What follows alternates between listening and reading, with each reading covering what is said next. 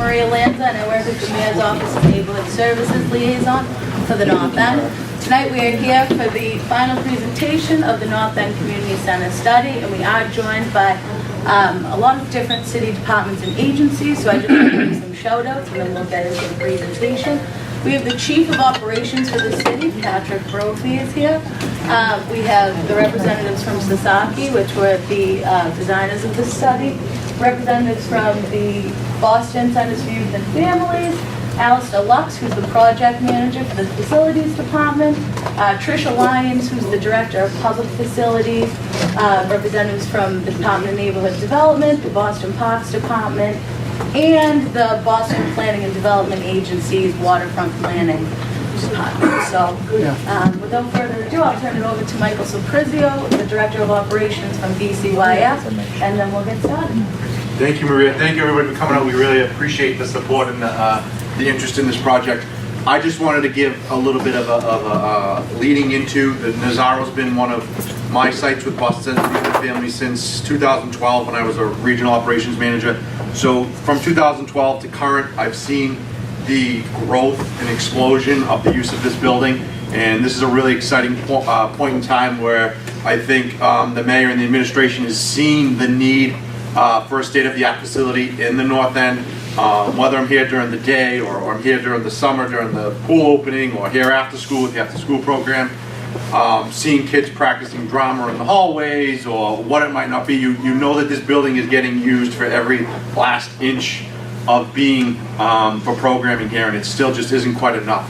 So DCYF is just really excited to get this study done and appreciates all the work that the mayor's done and Chief Brophy and Public Facilities, who is a great partner to BCYF always when we come up to do these projects and deliver a product that is, hopefully that the community's happy with, meets the needs of the community, which was also a big part of this study, was what really does a new building require for space in different facilities, and really being thoughtful about what that's going to look like. And this study has really done a good job at grasping all that, so that we can really get a facility that meets everyone's needs and meets, I've gotten the calls over the years about, families trying to get their kids into the after-school program, but the wait list is so long, and being here for the Mirabella pool and how much that means to everybody. So we're really excited about this, in this opportunity, and appreciate everyone's attendance here tonight, and again, everyone's support of Boston Centers for Youth and Families and the staff here that do an amazing job with what we have,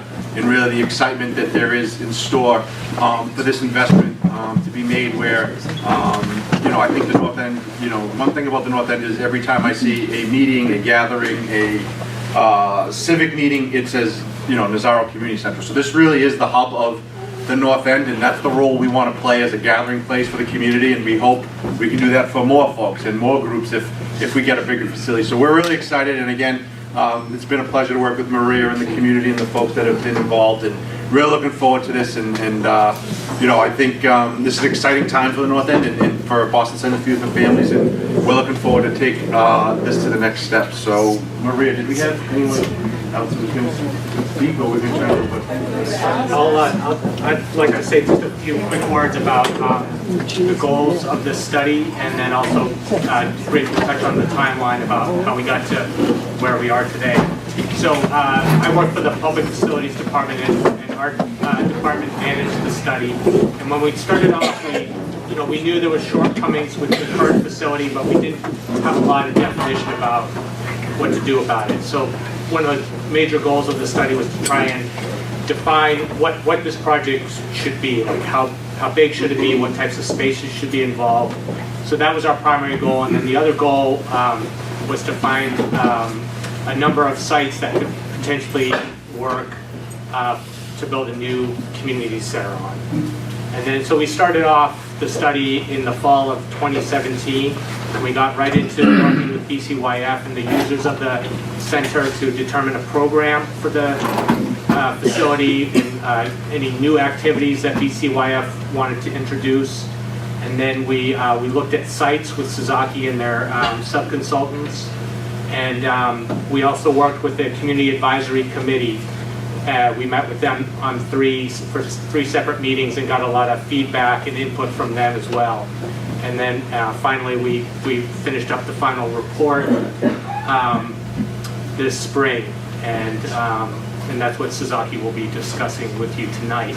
And so they have a lot of information to share. So you know, if you anybody's having trouble hearing or anything, please speak up. But there'll be plenty of time after they're done to talk about any comments, discussion items that might come up. So hopefully we'll get through in about 20 minutes the presentation, then we have open it up for questions and answers. Great. Okay, Thanks, Christine. Alistair. Thank you, everybody, and welcome. We are so excited to be here tonight.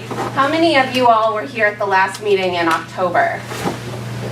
Yeah, I see a lot of familiar faces. I also see a lot of new faces, so thank you all for being here. If you remember, we had a very lively discussion back in October, and we really took to heart all the comments that we heard. We really appreciate the feedback, and we're excited to be here, and we really feel blessed to be working on this project tonight.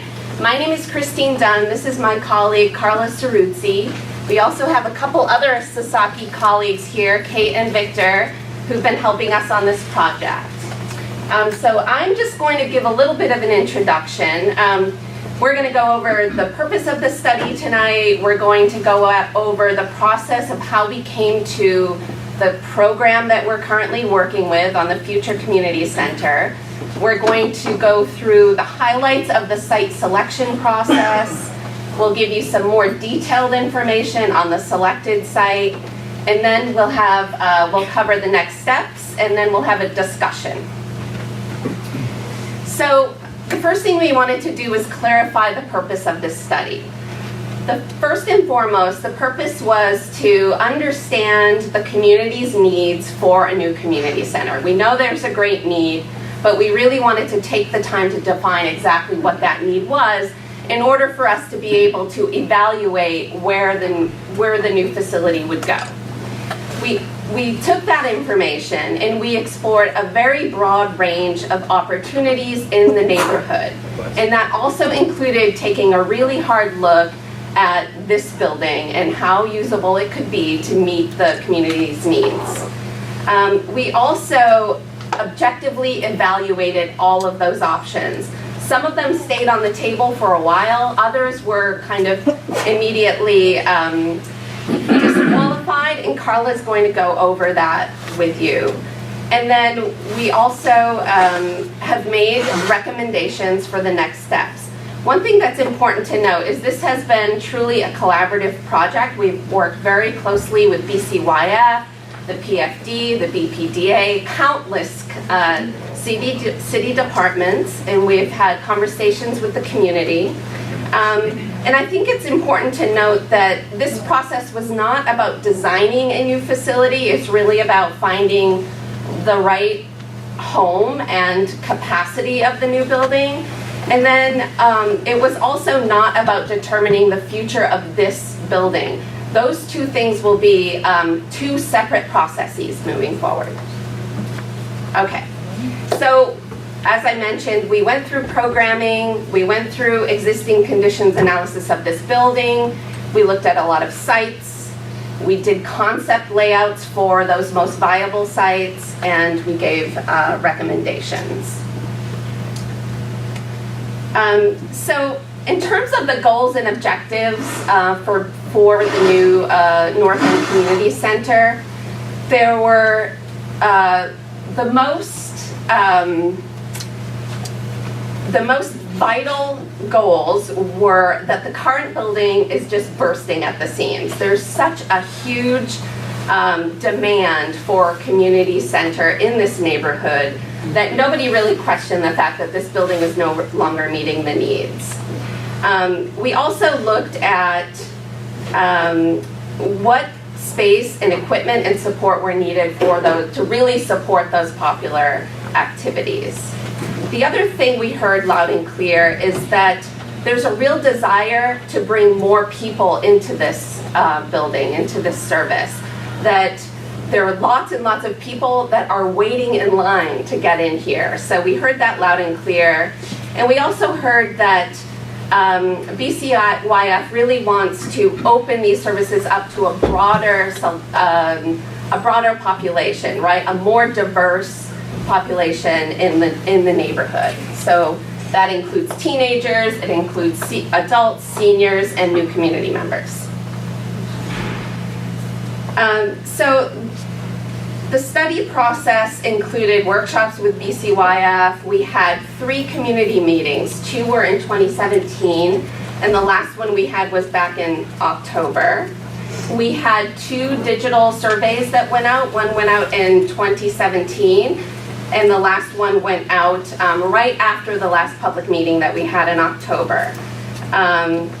We've also, as I mentioned, had a very collaborative process with the city, going back and forth on all the information that we were gathering. So the first thing we did was really take a good look at the services that are provided here in the current program, and we developed a building program based on how to right-size the spaces to really accommodate the current demand. So that included, first and foremost, a basketball court that is regulation size. If anybody plays basketball here, you know that the basketball court up on the 3rd floor is not regulation size. So that was one of the biggest elements that we wanted to get right in the new building. We also wanted to look at appropriate sizes for the weights and cardio, for the multi-purpose room, and most importantly, having a separate room for seniors. This is the multi-purpose room, and we know that that often conflicts with other programs, so we wanted to make sure that the adults and seniors had their own special room. In terms of new rooms that are not currently here in the Nazaro Center, we looked at providing a studio fitness room, a music room, a community room, computer lab, and more classrooms to help accommodate the educational programs here. So when we take all of those needs and we add them up, it amounts to about a 40,000 square foot building. This building is 20,000 square feet. So we're talking about a facility that's twice the size. Another element to the program was taking that information and thinking about the future and thinking about really how do we want to grow this program. So a few things got added to what we call the ideal recommended program. So these are things that you could live without, but things that would ideally be added in the new facilities. So that included a couple more programs to really support the educational program, specifically a dedicated toddler and parent room, and an arts and crafts room. So when we add those elements, it's about a 50,000 square foot building. So that was information that we took to really evaluate a lot of different scenarios in the neighborhood. The other thing we heard loud and clear is that the Mirabella pool is a really important asset to the community. We learned that the long pool and the sun deck are really well used. The deep pool, maybe not so much. And that the residents really prefer an outdoor pool to an indoor pool. Like having that waterfront location for summertime is really special. I don't think there are any other neighborhoods in Boston that have that. It's amazing. So one thing to note is if the pool house site is selected, the long pool will remain as is. And also, if the new building goes on a different site, the pool will remain as is. I think it's just important to note that. Yeah, okay. So Carla's going to go through the site selection process and review the recommended site. Thanks. So yeah, I'm going to go through at a somewhat high level. I think some of you have seen the more detailed versions of this before, but also I think the full report is going to be available after this meeting too, if anyone's curious about more detail on any of these sites. So we looked at 6 sites in terms of a test fit and kind of analyzing their zoning envelope. Yes, thank you. So we looked at 6 sites and we went through And different criteria, looking at ownership, looking at how big they are and the height limits and things like that. And we narrowed it down to 3 finalists, and I'll run through all 6 with the finalists, a little more detail on the finalists. And obviously the first place we looked was this building. So it's a city-owned building. The space outside is a park, actually. So we looked at options for renovating this building, and we looked at the idea of tearing this building down and replacing it. So this building has been renovated in the recent past, and we looked at renovating it again to try to tighten it up, make it a little bit more efficient. You don't really squeeze that much more program space out of this building by renovating it again within the existing envelope. As Christine mentioned, it's about half the size that it ideally wants to be to accommodate the programs that we learned would sort of be an ideal community center for the North End.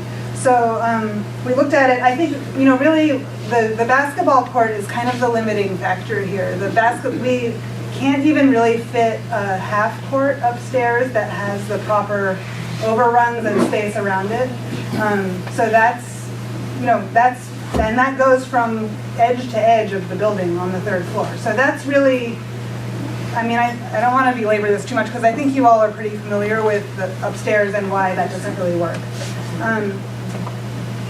So we didn't recommend pursuing that. We looked at the idea of adding a 4th floor to the building.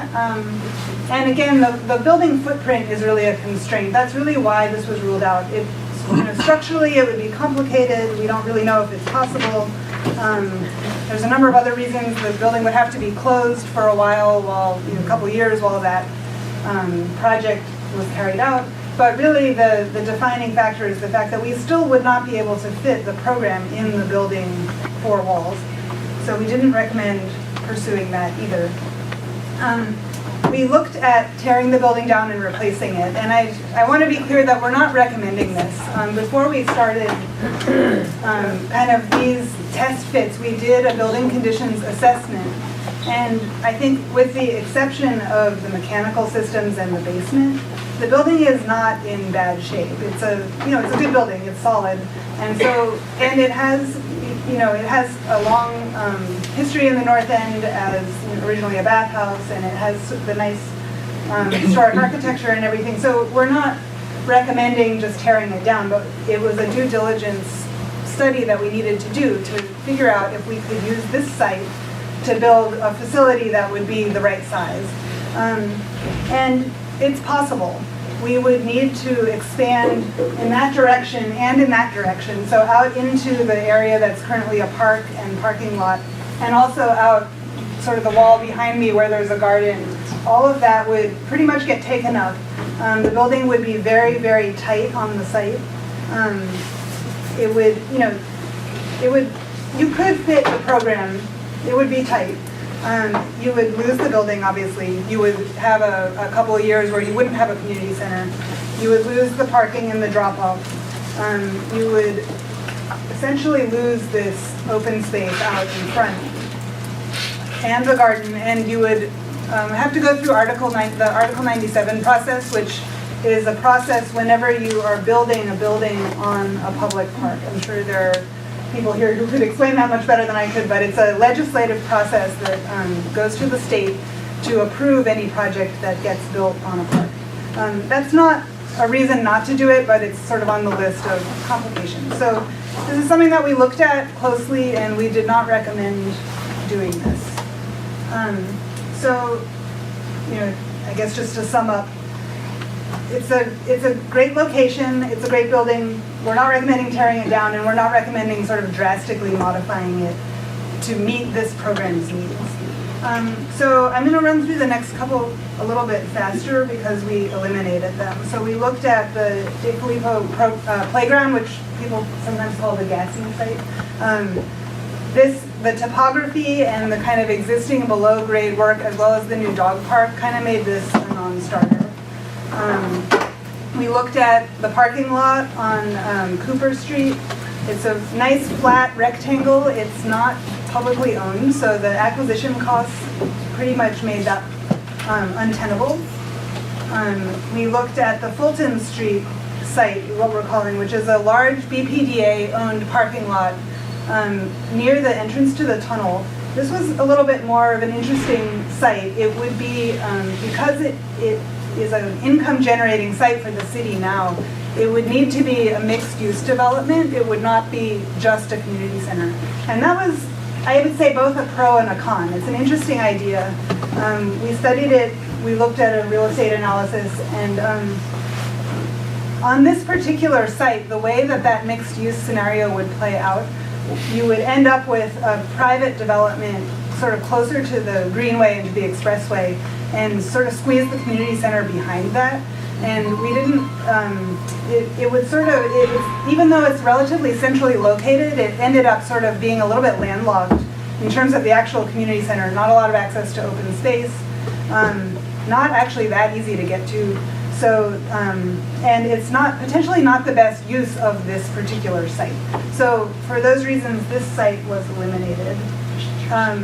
Similar concept, we also looked at the Sergeant's Wharf site, which is another BPDA-owned parking lot that's on the waterfront. I think this suggestion came from one of our community meetings. It wasn't on the original list, but we looked closely at it. It ended up being a finalist that we studied.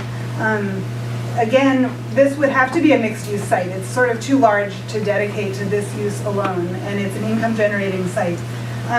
It's entirely within the floodplain, and so what this sort of, to make this all work, all these different moving parts, we ended up proposing that the parking would basically stay, and we would have to build a podium above that, a sort of second floor, if you will, and then the community center and a private development of some sort would be built on top of that. And so it got complicated. Again, it didn't necessarily feel like the best use of this site. It was an interesting study, but I think in the end we ended up eliminating this one. And as most of you probably already know, the site that we landed on was the site of the pool house next to the Mirabella pool, which I'll go into a little bit more detail. So it has a lot of the same good aspects as the Sergeant's Wharf site, but I think and the cons. It's partially within the floodplain. It's on the waterfront, etc. But I think the really exciting thing about this site, for the community and for all of the city agencies, was the potential synergy of this site with everything else that's going on in that park. So you have the new Elliott School building. You have the rink. You have the park, which is about to embark on a major kind of renovation project that went out to bid recently. And then you have the pool, which we know you love. And then there's this little sliver at the other end. And so the possibilities of sort of bookending this great waterfront open space with community-oriented programming was pretty exciting to everybody. And so yes, it will be subject to Article 97. Again, because we're building on a park, it will be partially in the flood zone. So these are, complications that the project will have to go through, but there's a lot of enthusiasm for tackling that process on this site. So just to sum up, these were the three finalists. This site, really for comparison purposes, the Sergeant's Wharf and what we're calling the Mirabella site, which is the one that we are recommending moving ahead. So I've got a little bit more information on that. So the idea is that we would replace the bathhouse building that's there, leave the pool, eliminate the deep pool.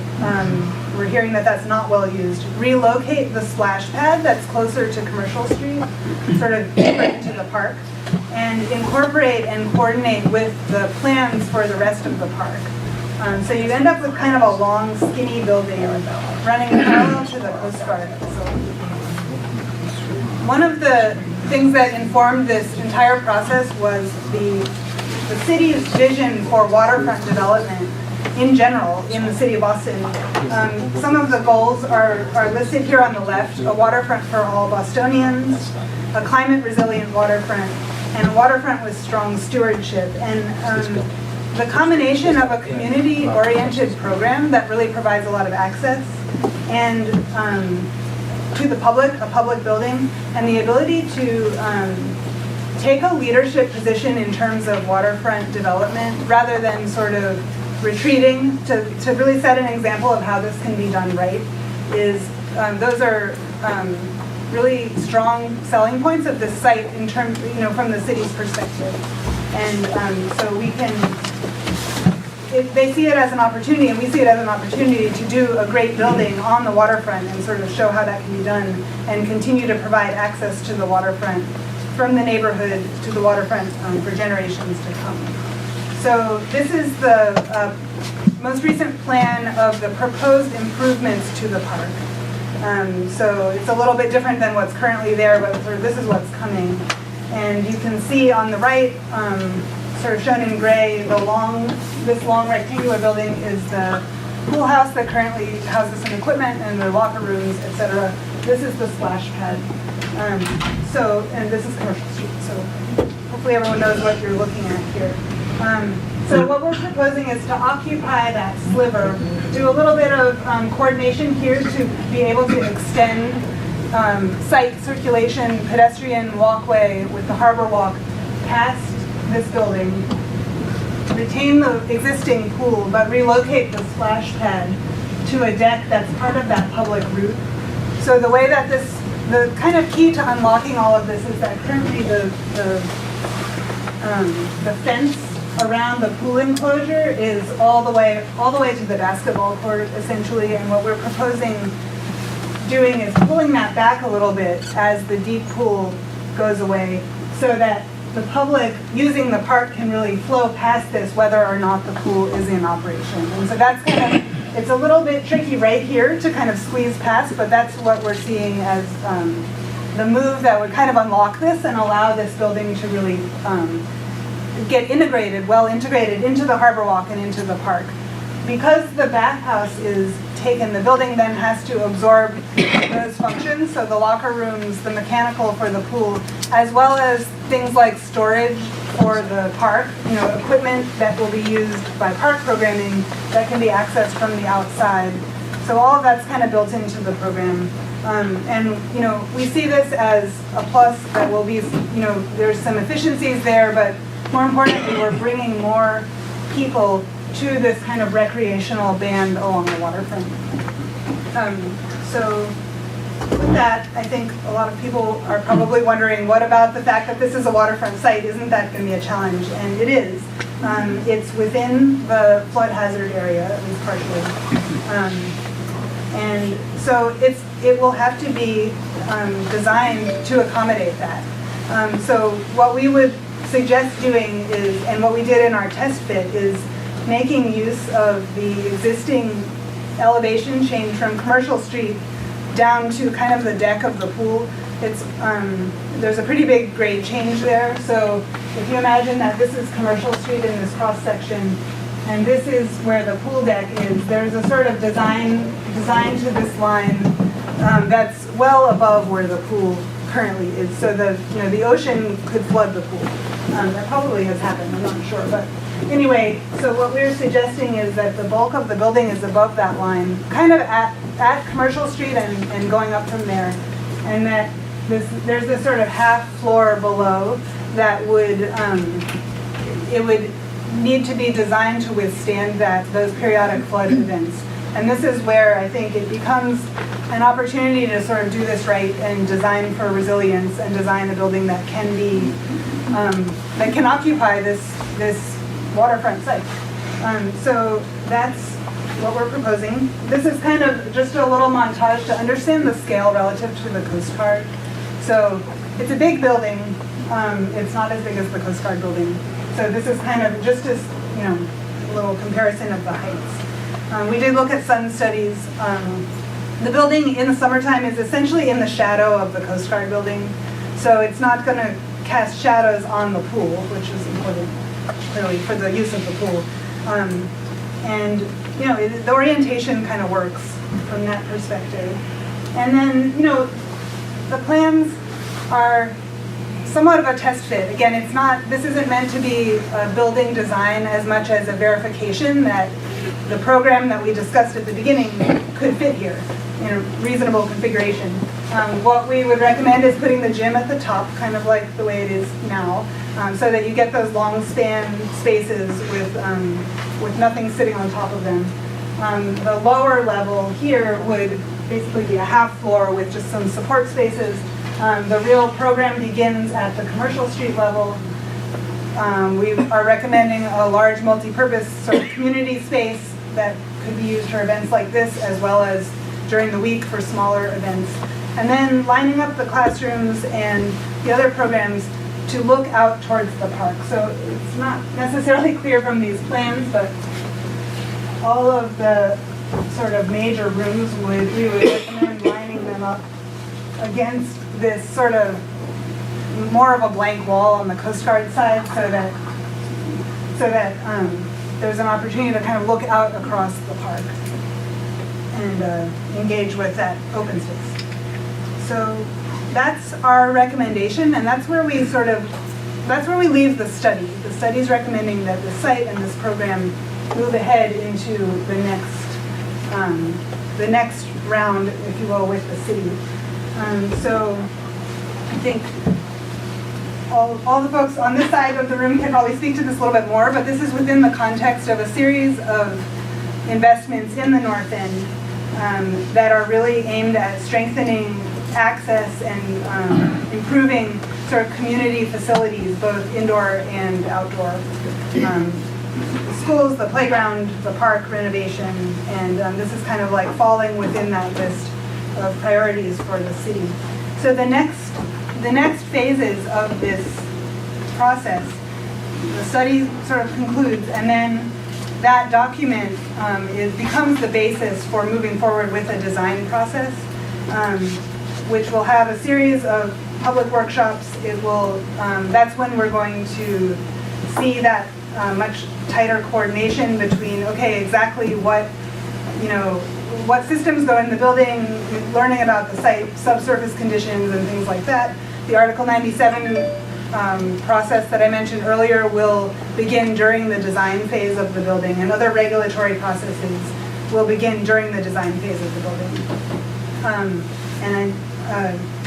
The fate of this building is a separate process that is sort of not tied. So the idea being that this building can continue operation until the new building is open. And I guess we should probably open it up at this point for questions. Where's the basketball court? Sorry. Where's the basketball court? The basketball court, so in our test fit, we recommended that it be at the top of the building. So let me go back to that section. So what we recommend, this is a cross section, we recommended putting it above everything else so that we don't have a lot of small bearing walls and things on top of a basketball court. It's more cost effective. Like I said, this is more of a test fit than a design, but it would make sense for it to be at the top.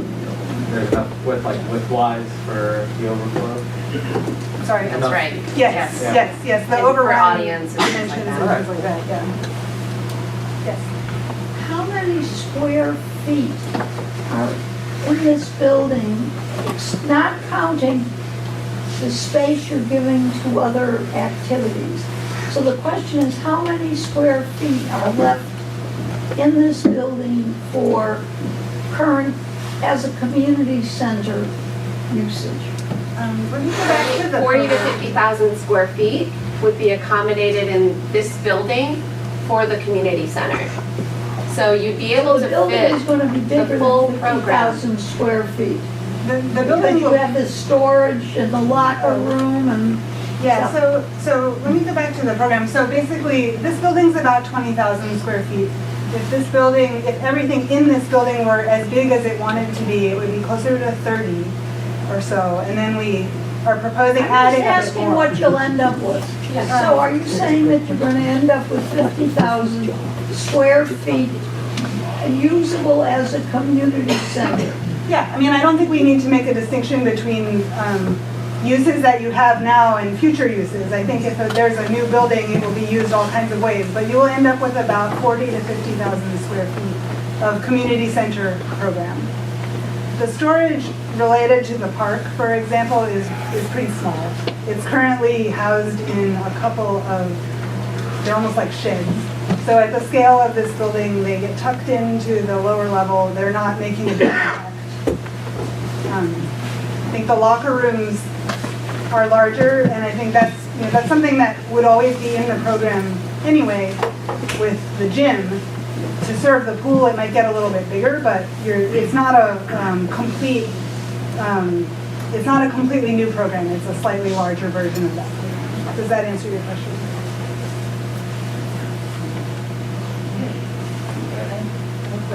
Yes. Have you thought of any uses of the Elliott School for some of these programs? The new Elliott that they're building on the waterfront? We haven't met with BPS through this process, but I think what we've heard through the process that we've been through is that there is interest in using the gym and all of the facilities. Yeah. Yes. So, recognizing that we won't have to move out of this building while and lose its capacity for the other two, it's still, I think, a very important thing to know what's going to happen to this site at the end of that process. So, Because this is a key throbbing part of the community here, and if it were to go to just somebody who's going to put up a condo, right. we'd like to hear about that. So, J.D. Smith from D&D is here. He's familiar with what the City of Boston process for the disposition of a building is, but that's not to say that that would necessarily happen, because there's a few steps before you even get to that, where DCYF first has to say they don't have a use, then it goes to other city departments, and I think Jamie can speak to it better than I can. So my department basically handles all surplus property for the city. So ultimately, and again, this is several years down the road, and a new center would be open by this time. The city council would need to declare it surplus if DCYF and no longer have a need for it, and then it would eventually get routed to my department, the Department of Neighborhood Development. And then we would begin to look at it for what appropriate future use would be. And that's going to be a very public process. That's something that the community will absolutely be involved in. And again, this is years down the road now. We don't have any preconceived notions for what that might look like. But that's something that will happen very publicly and with input from the community. Yeah, I did recently do one for the building next to the new Elliott School on Houston Street. So I've done this in this neighborhood before, and look forward to doing it again, but again, years away. Yes. Is it possible that if that happens, we keep this for the community, for the seniors, so they don't have to walk down there? Some programs still keep this in the neighborhood. And we had a meeting last week about this. So I think it would make me as a community person feel better that this stays in the community for community purposes. So, For senior citizens, they can't walk. do you want to answer that question? Because I think one of the things that we're looking to do, my name's Pat Brophy, I'm the Mayor's Chief of Operations, and one of the things that we're trying to do here is to aggregate services so that we're efficient with the use of deploying employees and making sure that there's a good place where both young and old can congregate together. We want to make sure that when we build this space here, that it's a brand new space that everyone can enjoy. That's why the size of it is so much greater than what the size of what you've got here is. The final disposition of this property, and I mean disposition whether it's a community process or it goes out for sale, whatever happens there, is all going to happen after a very robust community process. No one's going to move on this thing and dump this thing and sell it under the cover of darkness. That's just absolutely 100% But that's still not answering my question. That's still not answering the question. Last week we had a community meeting here, and that's why we're here tonight. We're supposed to come tonight. But the community meeting last week was telling us that it was, they were going to work on keeping this I'm renovating it for the seniors and the toddlers and parents. And then we A young basketball court, blah, blah, blah. And then we would have the new building that wherever it was going to be, we kind of thought it was going to be where you would And recommend so, it. just to And that was clarify going that, to be- there was a meeting held last week in this building. That was through the Boston Architectural College, so they're doing a school project, Right. and they're using this building as a project to look at it and different, that was not a city meeting, that was not, a city-sponsored meeting or affiliated with the city of Boston and with this actual study. That is simply a school project that they're conducting, and they are looking to give the feedback that they heard over to us. And when if Jamie's here to start that process, like he said, the surplus property process, when he's here to start that, I mean, we'll definitely welcome all and any feedback, but that meeting was not held by the city of Boston. I just wanted to correct that. We weren't. One of the suggestions we aware thought of that. out of that meeting was that the Department of Neighborhood Properties maybe should be involved with those community meetings, not after the fact, but maybe stay involved as they're discussing what these ladies are discussing right now, how to continue to keep using this building Right. for those purposes. So maybe your department should get more involved, not afterwards, but while this discussion is taking place. We thought that was a suggestion that we brought up at that meeting last week. Yeah, See so what they'll I'm saying? definitely, so they'll definitely start their process, but this process is completely separate. Right, but we think, since this is gonna be a surplus building, it comes into his department. And if we are gonna discuss how to continue to use this building, why not be involved in that This discussion? building won't close until. Right. That's what we're saying. That's the point, It's- Marie, that's the point. Why wait until they move Be part of the the facility, and then this is closed, and then it's another year or two by the time anyone figures it out, it sits abandoned. This process should be happening simultaneously, so that there's a nice even flow. When the new center opens, which we all recognize is needed, there will be a plan in place to continue this as part of our community. It doesn't have to be all or nothing, then nothing, and this building sits neglected and abandoned and forgotten. It can be a simultaneous plan. It doesn't have to interfere or conflict at all with the new site. That's what has come out of last October and last week. That's what the neighborhood wants. When you said and spoke to the fact that you took into consideration all of the things that were mentioned at that meeting in October, that was the main thrust that came out of that meeting. That was it. Don't let this become abandoned. And everything you've said is exactly what we heard in October. No change except that you've settled on the Mirabella site. And we really weren't heard. That's my interpretation, is we were not heard in October. We're back where we started. Since the first 2017 meeting, it's been clear that this is the decision going forward. And this was a robust community discussion as well. But as she eloquently said, it seems like it's the same exact thing we've heard the last 4 meetings. You said that a lot of this is going to be published publicly. Are the survey results that you guys sent out going to be published as well? Because, it's interesting to hear that there's no interest in keeping the deep part of the pool. But if you go any summer the last couple of years, the entire pool, the whole length of that, is completely packed. You have to show up very early to even get a spot there. So I'm surprised to hear that section of the pool, there was a lot of concern with the shallow end and the pool in the front, but I'm shocked to hear that the other part of the pool, there's no interest in keeping that at all. So I think it would be great to publish publicly the results of the survey. Yeah, and I mean, obviously, we're along with the architects, very open and transparent about what the results were. But from personal experience, being down the pool, I can tell you that the lane pool is always packed, and sunbathers around the entire pool.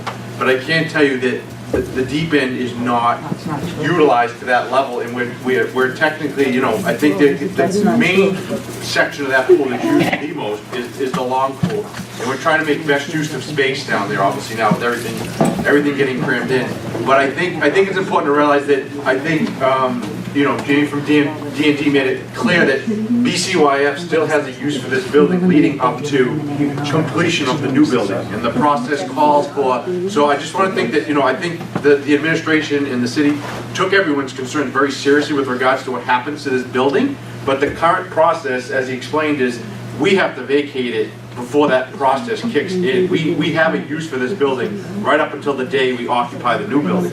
So to start a process to advertise the building that we're currently using, I know what, I hear the feedback from folks about, it'd be great to have it all ready to go and like wear out and the next day someone comes in. But I can just tell you too that, you know, I live in East Boston and there was a similar project with a library there, and a local nonprofit got use of the building and made very good use of it through this same process that's being described here. So it's a very open process, and I can tell you that, you know, the experience I've had is that these buildings don't go to, you know, chopped up into condos and get sold under, you know, the mayor's administration, and there's been very good open input and good groups. I'm sure there's a lot of groups that can put use to this building, but from BCYF standpoint, we are going to have a building twice as large as this, that we expect everybody can coexist in, and everyone can have space in, that we're going to already have trouble trying to staff a building twice the size of this one. That our main concern is trying to make sure that that community center has the most programming, that meets the needs of the community, is properly staffed, and is fully operational in our new location. And that's really our main priority moving forward, and that's our priority moving forward. And then, you know, I think the plan was to leave the surplus property piece to D&D to do their public input process, find a suitable use for this building. But really, from BCYF standpoint, we're going to really have our hands full with trying to staff a building that's twice the size of this one, which we're excited about and willing to take on. But there is no way within our purview to operate, from BCYF standpoint, the two buildings simultaneously. So we're excited about the new building and anxious to get started. But just to kind of spell out, I think we're just trying to, I think folks were heard that it's two separate processes that involve two separate entities, that we have one focus, and I think D&D comes in, and we have all the faith that things will be handled appropriately. I have a question, just a quick question. It might sound stupid, but has anybody found out, as in the butter, what the Coast Guard thinks of this? We haven't met with the Coast Guard yet. What? What? I haven't met with the Coast Guard. Oh, you haven't met with them, but they're neighbors. They're like 5 feet away from this new building. Yeah, I mean, in a real estate, any type of real estate dealers, Dan could tell you, you have to solicit the abutters. I think the Coast Guard's going to have a say in this, and they'll probably go along with it, but they might not. Yeah, I mean, I would expect during the design phase of the project that they will be engaged. There's, you know, it is a public, the city wouldn't be acquiring the property, so I think there will definitely be a process. I think it'll be very transparent, as it typically is, and I'm sure the Coast Guard will be engaged, but they weren't part of this study. Hi. Yes. So I have a few things I have to say. First of all, I don't know what study said that the deeper end of the pool, I don't know how many times you were down there, but I go to the pool a lot, and the deeper end is very crowded. Like the gentleman said, you can't even get a seat down there on any given weekend. And by eliminating that pool, you're eliminating all our teenagers, all our 13, 14, 15, 16-year-olds for a place to play, so they're not in the pool with 7- and 8-year-olds on the other side. Eliminating the baby pool, you want to put the splash pool, however you want to call it, in an area where there's a bigger pool. Is it going to be fenced off? No.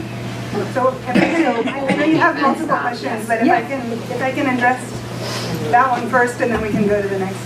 So what we're proposing is that the splash pad is really a public thing that isn't really part of the Mirabella pool, right? And it's Right, different it's park and recreation, seasons, so do you have to obtain permission? Okay, go ahead. So that would be outside of the fence.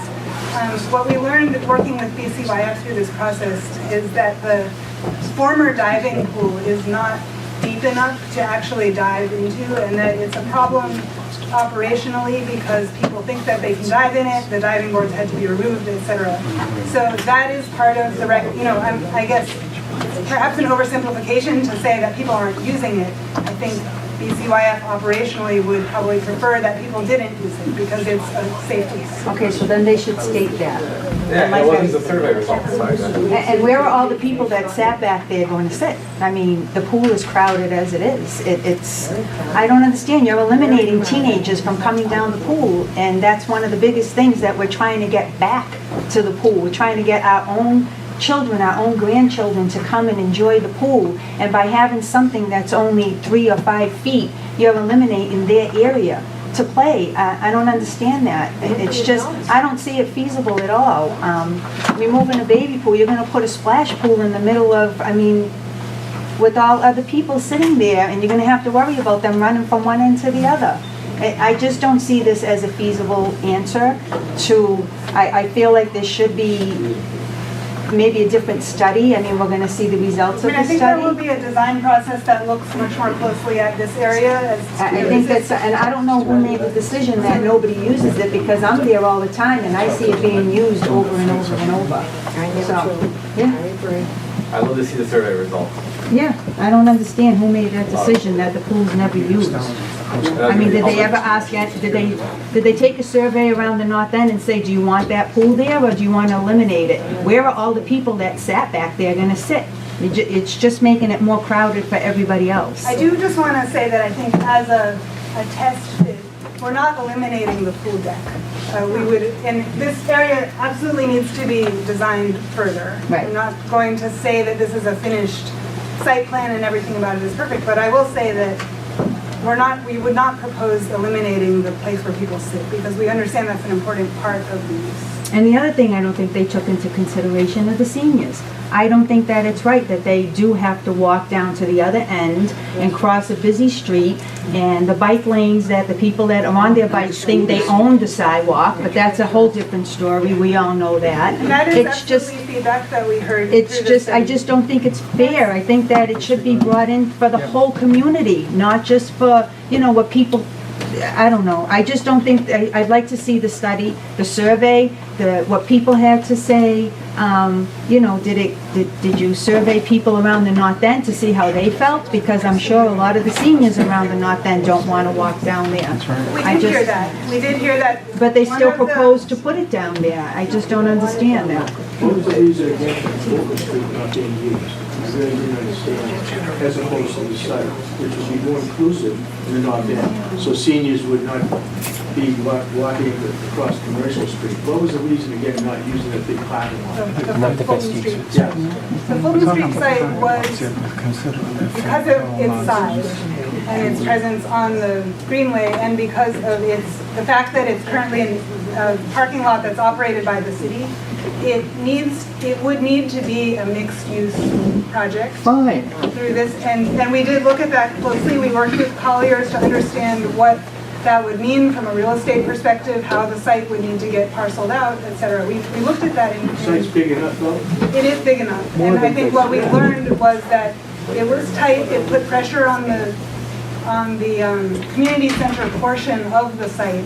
The mixed, to sort of make the mixed use piece viable, it started to crowd it. Can we The see open that? space wasn't really viable, and it wasn't the best use of that site from the city's perspective. We'd like to see that study. Another factor is that that site is really locked in by the entrance to the tunnel and the exit coming out of the expressway.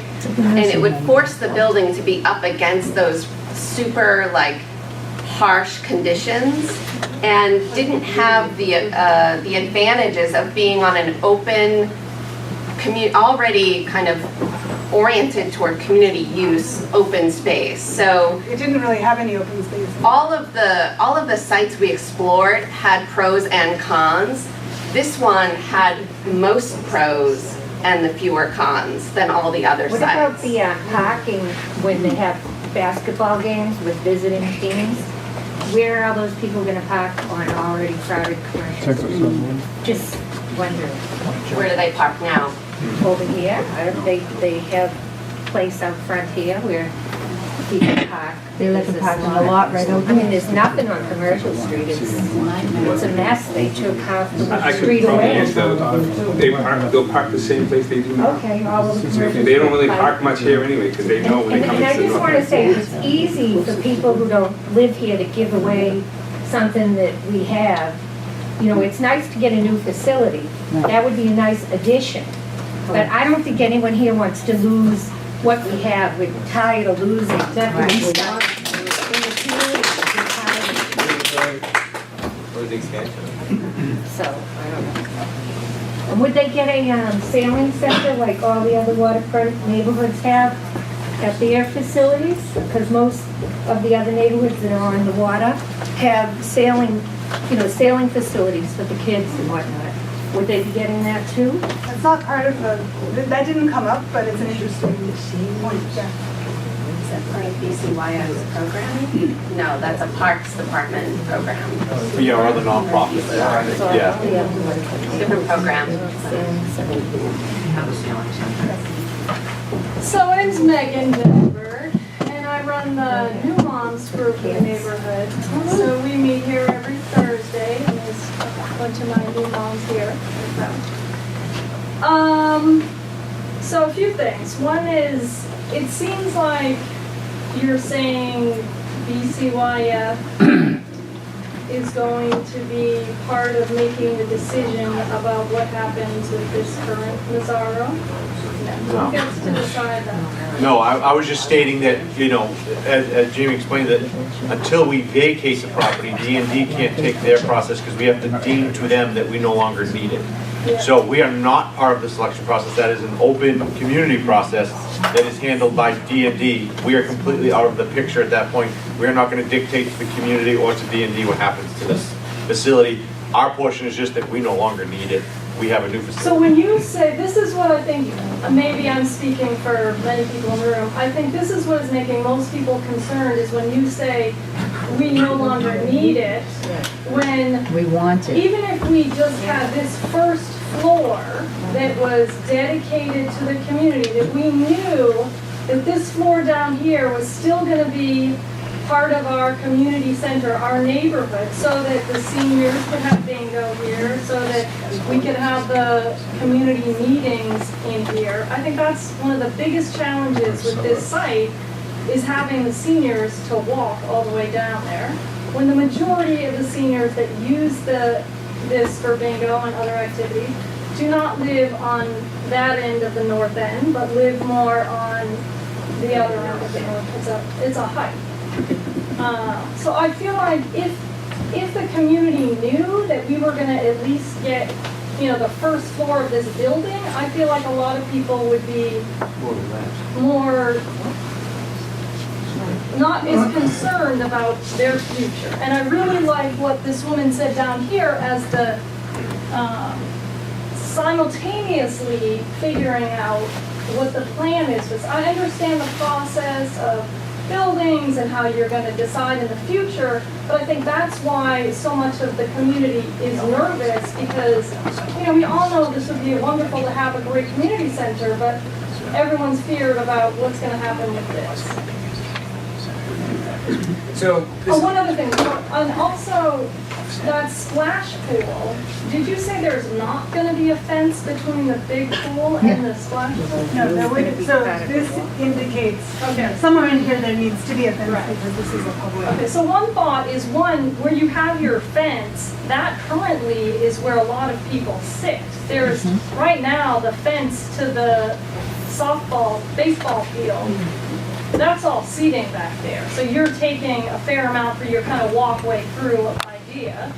So I would recommend moving the splash pool over to the other end where they're kind of redesigning that playground and get it away, and then you guys decide if they keep the new floor, whatever you're going to do with it. I think, you know, this is like a conceptual I know, test. but This since isn't we being don't get a lot of- designed. I know, we There's just don't get a plenty of lot of time chance to to talk fine about- tune the design, Yes. for sure. Well, and I think too, during the design process, like, we kind of, the main portion of this study was to find a location and what needs the community had.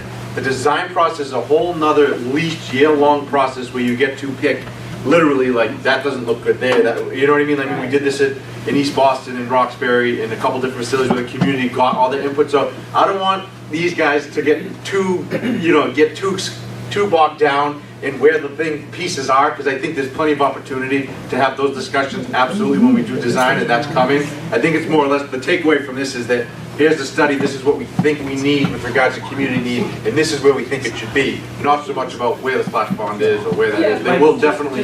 But you're saying, excuse me, you're saying by building that new building, you're giving up on this. It's not going to be here because everything's going to be relocated to the new building. That's what you're saying. You don't, yeah, BCYF, whatever you are.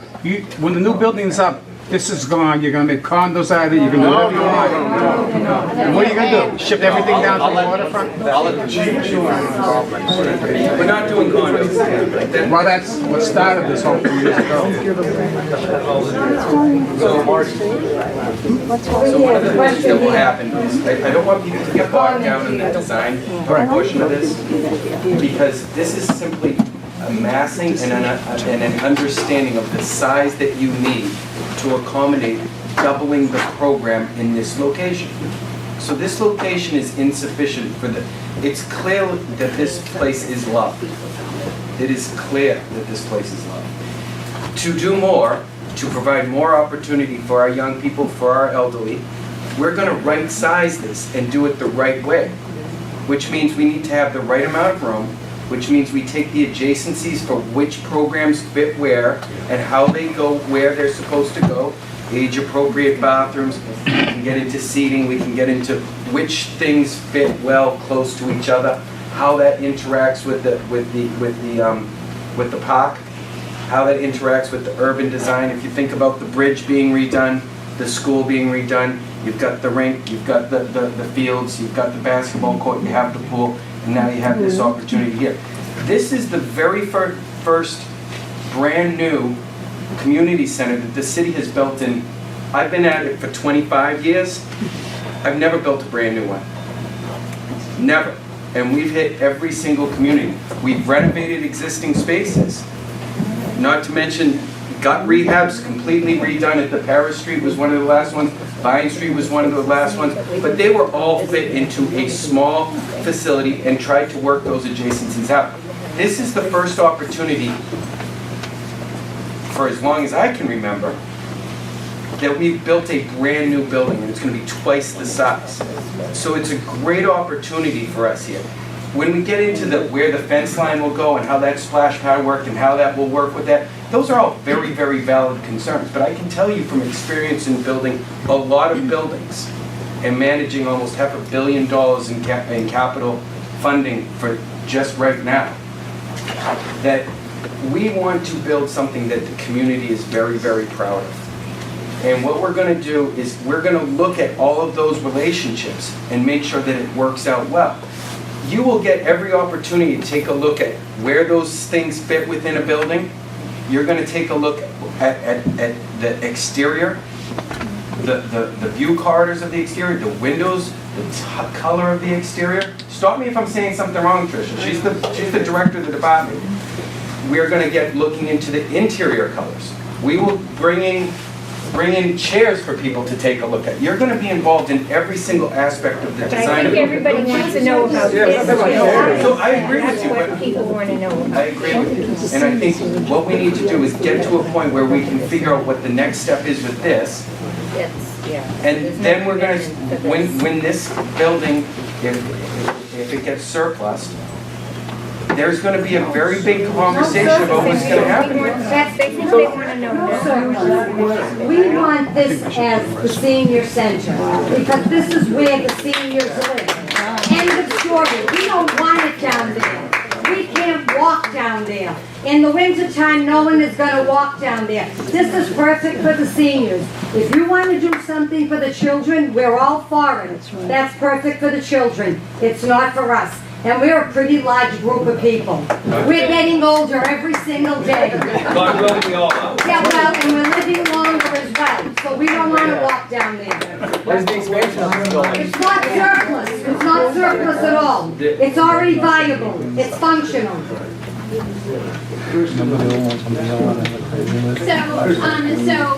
I've been working with the Boston Architectural College as the Save the Nazaro group, and what they're doing, it's the gateway program of the Boston Architectural College. What they're doing is looking at this building, looking at potential future uses of this building that are based in community uses. We had one meeting, we're going to have another meeting in May.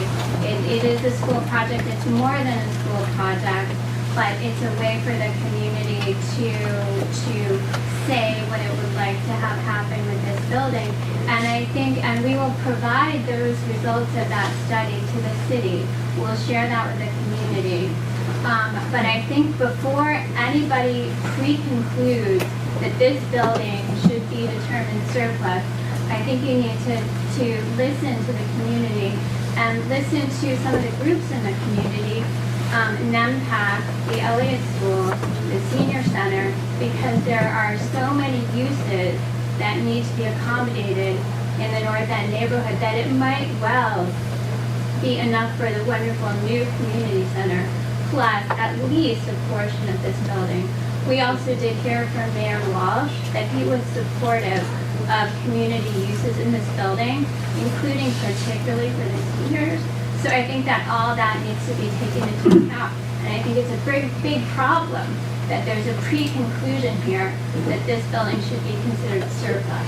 If I could just address the term surplus, there may be a little bit of a misconception about that. In order, we know that once there's a new community center by the Mirabella here, DCYF needs to move their folks over there.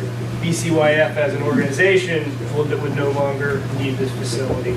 That doesn't mean that it would not be part of neighborhood use or anything like that, but in order for that technically to move out of their inventory and somewhere else within the city in order to repurpose the building, it requires a surplus vote by the city council. But does it have to be moved into another, does it have to be moved out of DCYF, or are there sufficient uses? I think what we're asking you to consider and not conclude is to consider the fact that, like in other neighborhoods in the city, there could be more than one community center. We have NEMPAC, we have the Elliott School, we have all of these groups, not just the community, but the groups within the community that make extensive uses. And just one example that we talked about at our meeting next week was, well, could the space upstairs be turned into an auditorium? For a different sort of public use than is going to be available at the new community center. That's just one example, but those are some of the examples that should be considered for this building while the new community center planning process, which is, absolutely needed by the community, is going on. We're just asking for you to consider more than one location. I mean, who do we talk to? That's what we wonder. Who is, so BC, they move, then who do we, I know, I understand you gotta wait the 2 years or whatever, but we're saying, why do we have to wait 2 years? Why can't we now figure out, and as a community, who are we supposed to talk to help us figure out what's gonna happen with this myself? Well, again, typically that falls on our department down the road, but until we actually have control of the building, we can't really engage in those conversations. Is there a possibility that BCSF could have this and this new center? No. I hate to tell, like I said, I wish I could say yes, but we just are not going to have the staff to staff a 50,000 square foot building that's twice the size of this when we're already struggling with staff. It's already going to take an investment from the city to hire additional staff to operate the new one. We can't do it with the current staff that we have right now. The city just sold the Winthrop garage, wait a minute, they spent $28 million in the gift to Franklin Park. You can't kick a few extra bucks and hire a staff? I'm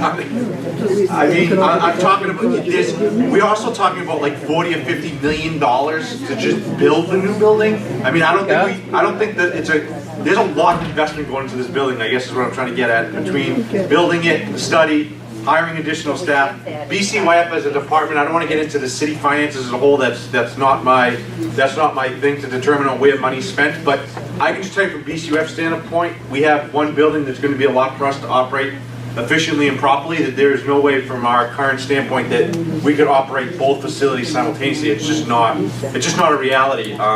Again, you're talking. Like Chief Brophy said, we've never built from the ground up a brand new state-of-the-art community center anywhere in the city. So that's going to be a challenge for us to appropriately staff that building. There's no way we could possibly do both. I'd like to say we could, but again, at this standpoint, we're just focusing on a new building, a new staffing structure, additional staff to do that, in helping and working with the mayor and the administration to find the money to build a new one and then appropriately staff it. Again, it's just not feasible to do both.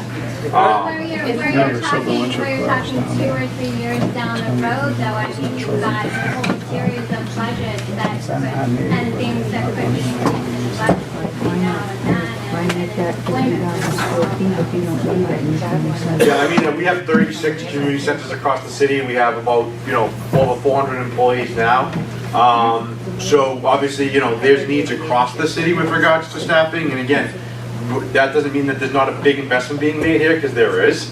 And like you said, there is going to need to be more staff, but the plan was never to try to staff 2 buildings. I think that's just, again, we're staffing a new building, we're adding staff, we're adding capital, we're adding a facility from the ground up that we foresaw as meeting all the needs in one facility. That again, I think a lot of your comments are very well suited for what happens to this building, but I think, like I said, I think there is a process and a time for that. DCYF's main standpoint is operating this building, continuing to meet our needs here until the new building is built, in transferring our operation to the new site in a new building and working with Stephen and his staff to make sure that we can do all we can to meet all the needs of the community in one building that is right-sized and offers everything that we need. I mean, we talk about teens, they're going to have a state-of-the-art teen center 365 days a year, not 2 or 3 months out of the year. I mean, we're going to have, drama and NEMPAC does a lot of great things. We're going to have, there's been talk about a black box theater. Like, we're trying, and it's been very hard, and a lot of work's been put into trying to meet as many needs as we can in one state-of-the-art facility. And I think we've done a really good job at getting to that point. And again, we're talking a lot of money to get this facility up and built and meeting the needs of everybody in this community. It just was never, from the standpoint of BCYF, it was new building, new start, fresh building, all programming, facilities that the community deserves, and not trying to be in 2 places at once. Are you hearing us? That's not what we said in October. Loud and clear. There's strong interest. Perhaps he is here. You are. You keep saying you're going to move everything over there. We don't want to. Well, this is the question. Nobody is going to walk down there. So this is the result of the study, right? This is what you guys put forward. What are the next steps?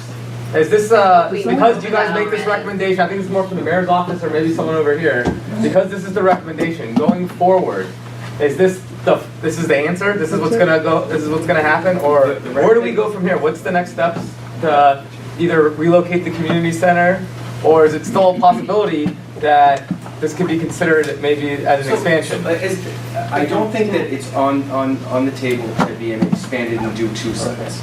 Okay. No, not 2 sites. Just like, is this the answer or the final answer? Right here, the recommended. What we're bringing to you is the recommended site is at the Mirabella Pool site. Yes. And it's going to be about 40 to 50,000 square feet of program space. And what the next steps would be is that we will take a look at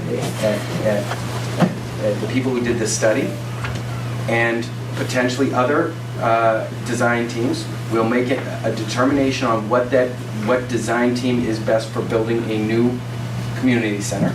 The folks from Sasaki here are very, very talented, and they design excellent buildings. We'll be taking that into account, and if we get the green light to go to that site, we will start with the design process, and we will be back in this room to have a conversation about size, massing. You'll see a lot of this stuff here, but it will be specifically tailored to the Mirabella site. Okay, so like the design teams will be for looking at the design options that they will submit will be for the Mirabella site, nowhere else. Correct. So that's not really a recommendation. This is the decision then. This is fine. This is the final recommendation. So this is the final. Is that a recommendation or a final we're presenting to you? Yeah. Is to move forward with the Mirabella pool. Okay. So that's final. Yes. It's final. That's the decision that we're recommending to the community. But what if the community doesn't agree? That's right. That's what they're trying to tell you. That's what you're not hearing. A recommendation or a decision. There's 2 differences. You know, like I can give a recommendation for you to go to dinner, or I can decide to go eat at Il Panino. You know what I mean? Like, that's all I want. The decision. I'm here, you hold me up. Has anybody noticed the process of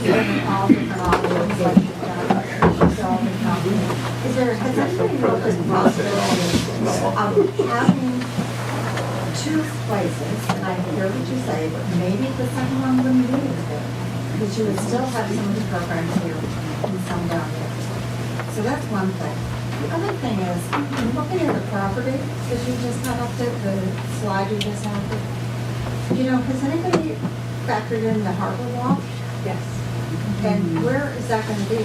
I think the opportunity with the harbor walk is that it would be worked into the site plan where the park that's getting renovated meets the site of this project. That there is an opportunity to work the harbor walk through that so that it wouldn't have to bounce back out to Commercial Street. That's something that's not fully resolved yet, but we would recommend making that part of the design criteria going forward into the design process. But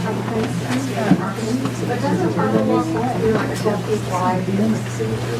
I think we would have to, or we or whoever goes forward would have to coordinate that, yes. So we have not designed a chunk of the harbor walk as part of this project in that sense. So I don't want to misrepresent that we have a scheme where this all works perfectly yet. We haven't worked through those, and in fact, that's not really part of this process. But we would love to see that go forward as part of the design of this landscape. But it has to be, I think, 12 feet wide. Is that, you know? There are harbor walk regulations. So where is that going to go unless it's cantilevered out?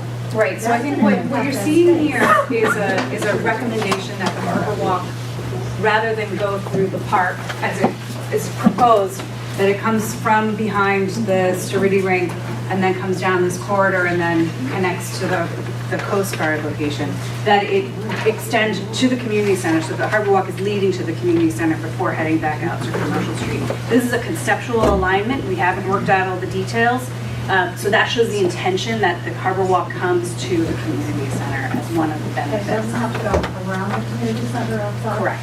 It comes kind of to the front. The real opportunity is to keep the harbor walk close to the water, right? And so this project could potentially allow you to extend the harbor walk along the pool. If the pool site gets redesigned and things get moved around, there would be more room for a really great community asset on the water that's connected to the harbor walk. So ideally, we would like to achieve that.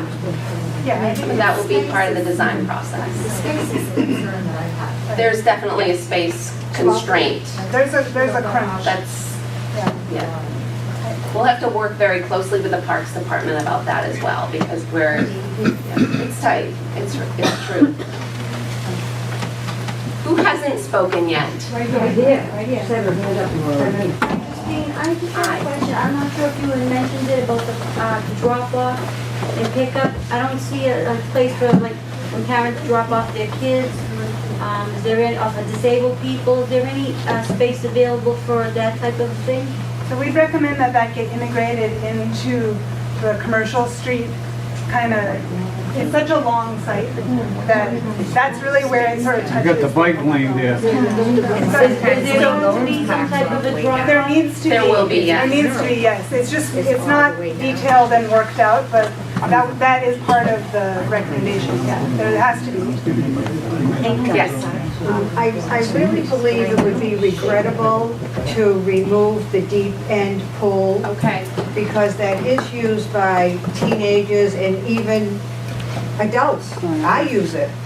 And it's going to be very costly, so you're saving a little money there. Just leave the Marabella as it is.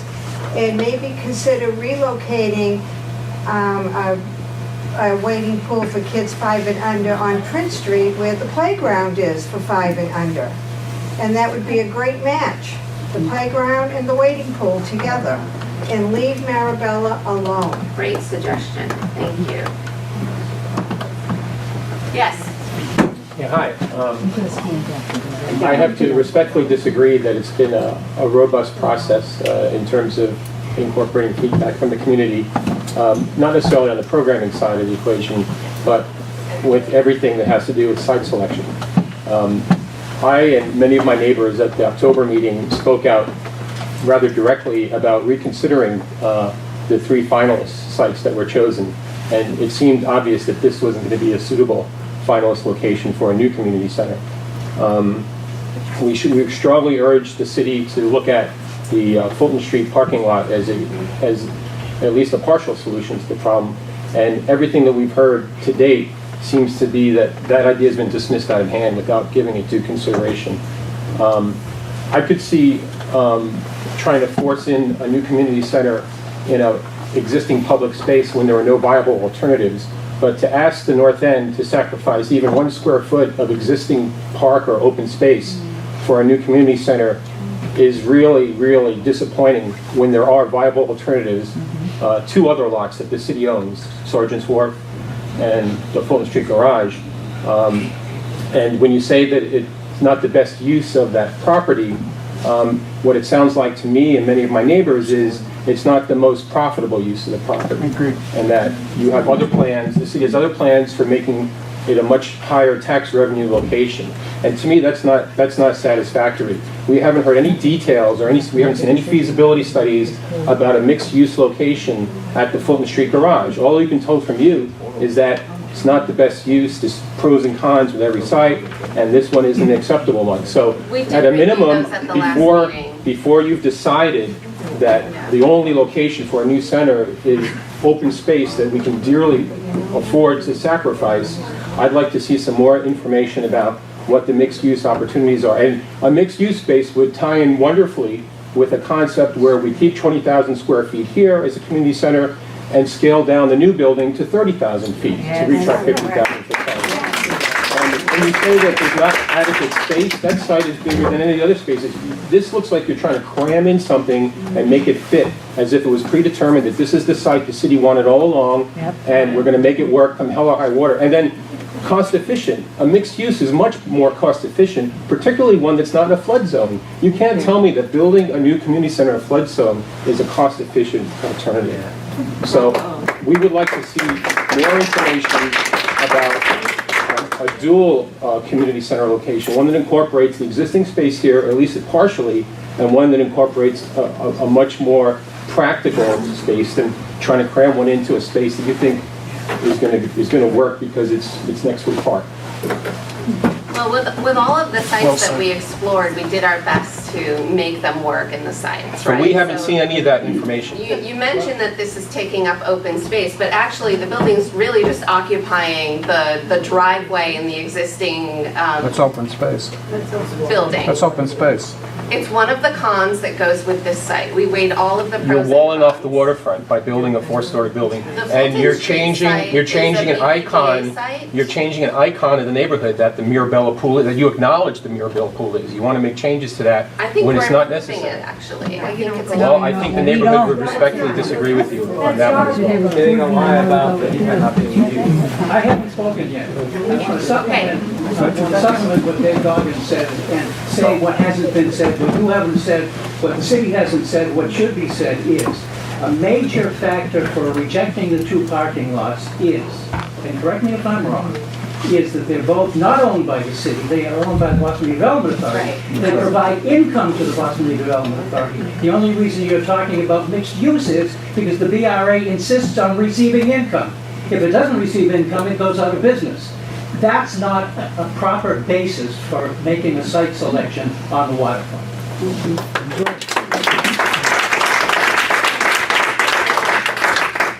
I mean, you're right that those are BPDAs. There's nothing that I've said that is incorrect. So we worked with BPDA and looked at both of those sites. That's right. And so, you know, it has to be within all of the city agencies. But they're not a city agency. They are an independent authority with their own budget, receiving their own income, spending it as they wish. They want to continue to receive it. So it was a site that we did explore, but it's not the city's decision, right, to take over that site. It's a decision that has to be made together with the city and the BPDA. And they won't agree. BPDA. The city is the BPDA.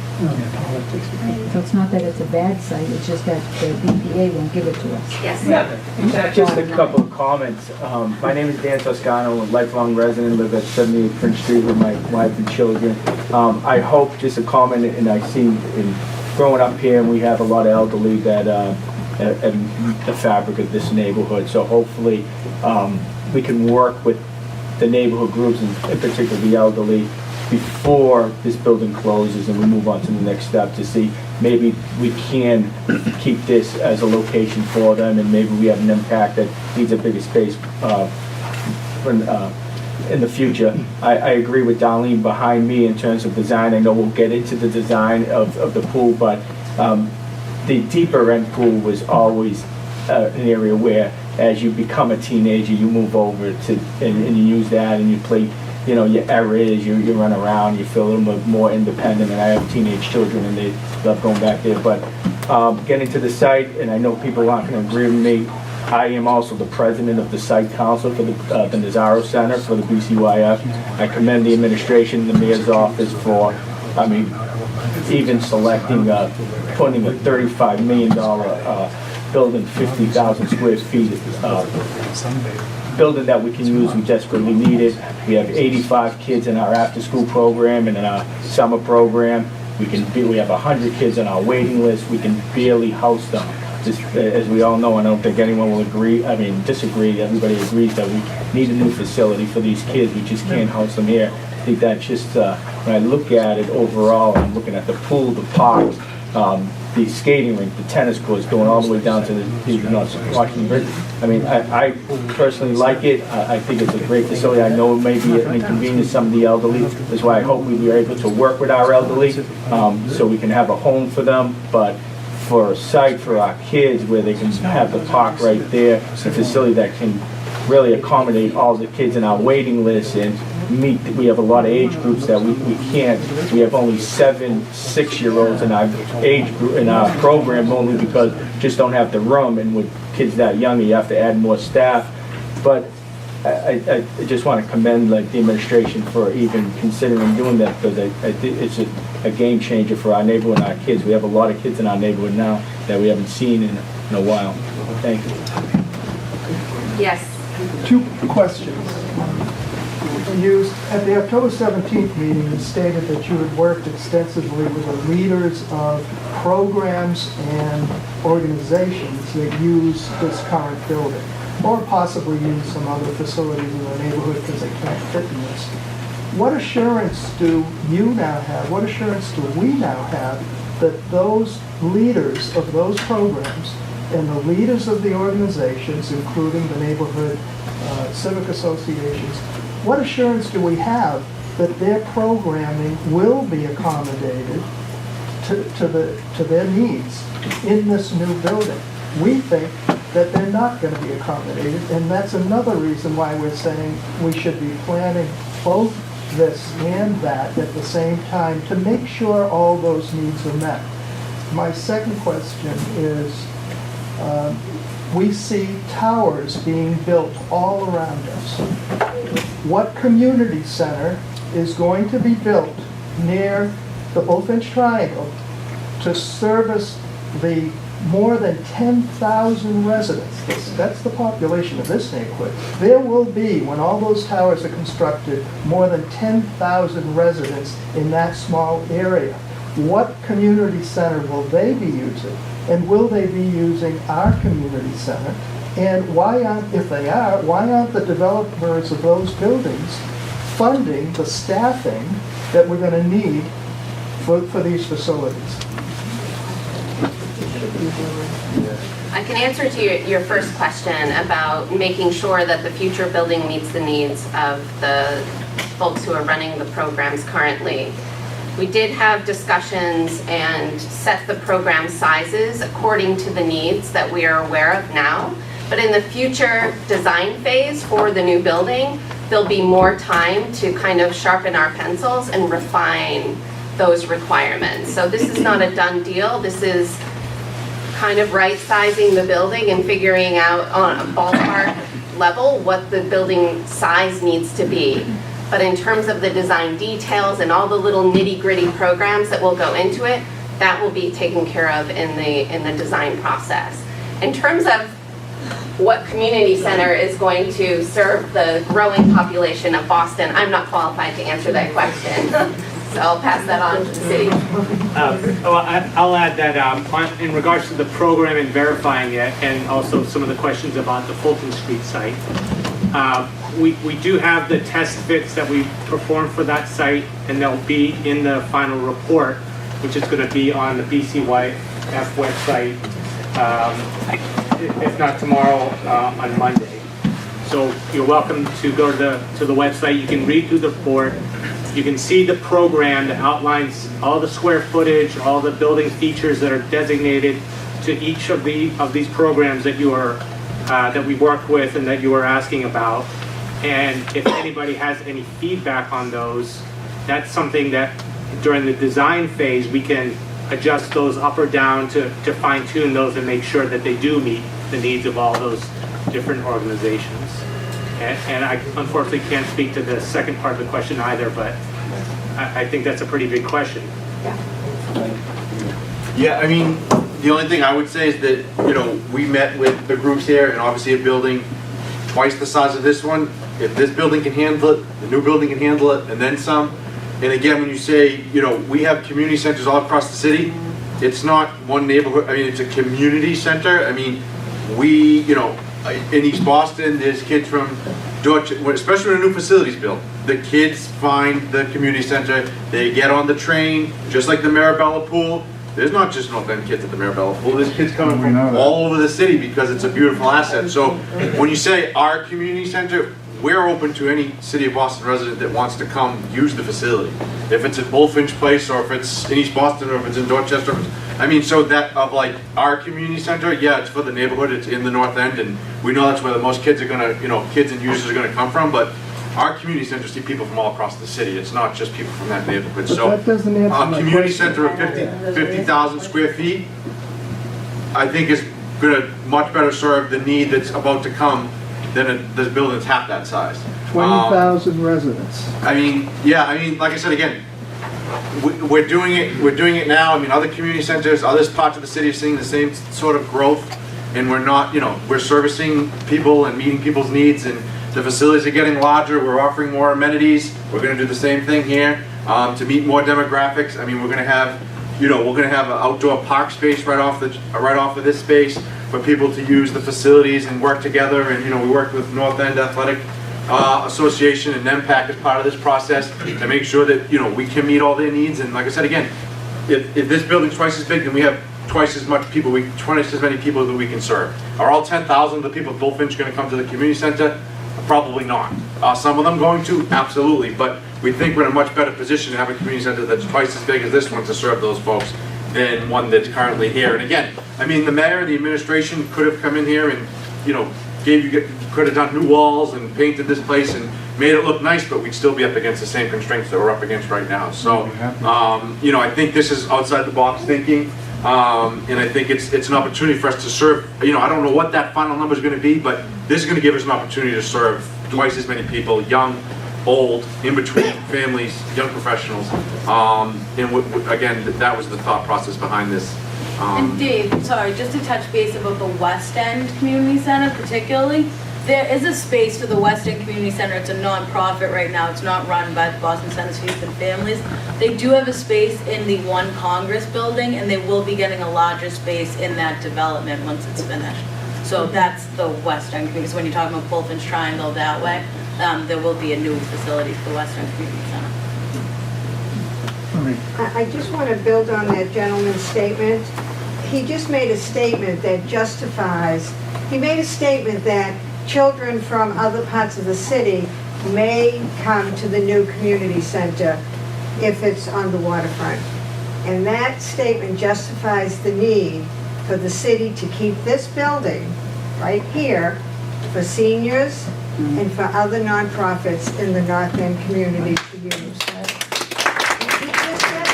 Well, I think, too, we've seen a really good synergy between the time of day that seniors need a facility and the time of day that kids coming out of school need a facility. We do it at all of our community centers across the city where both demographics coexist very nicely. And again, we're outlining a building where the seniors would have their own dedicated space, so no one's getting, you know, hey, the kids are here, we all have to go home. Like, that's not what we're really trying to meet. Boston Centers for Youth and Families, we service kids that are, in the play groups and the toddler groups, all the way up to our senior citizens. So we're trying to envision a building that can serve all of those needs under one roof, and that's really what we're trying to get at. And again, that was the idea, is that everybody can coexist. And again, this isn't the only facility. We have 36 facilities, and we've seen that the seniors are able to coexist with the after-school kids and the teenagers. That's the issue, the seniors can't get there. So we understand that they don't, but the seniors won't be able to get there. That's what they're saying. So we understand that you would have room and space and everything, but if they can't walk there, they can't use it. Well, I just know that, Marabella Pool, a lot of seniors currently use the Marabella Pool. So, I mean,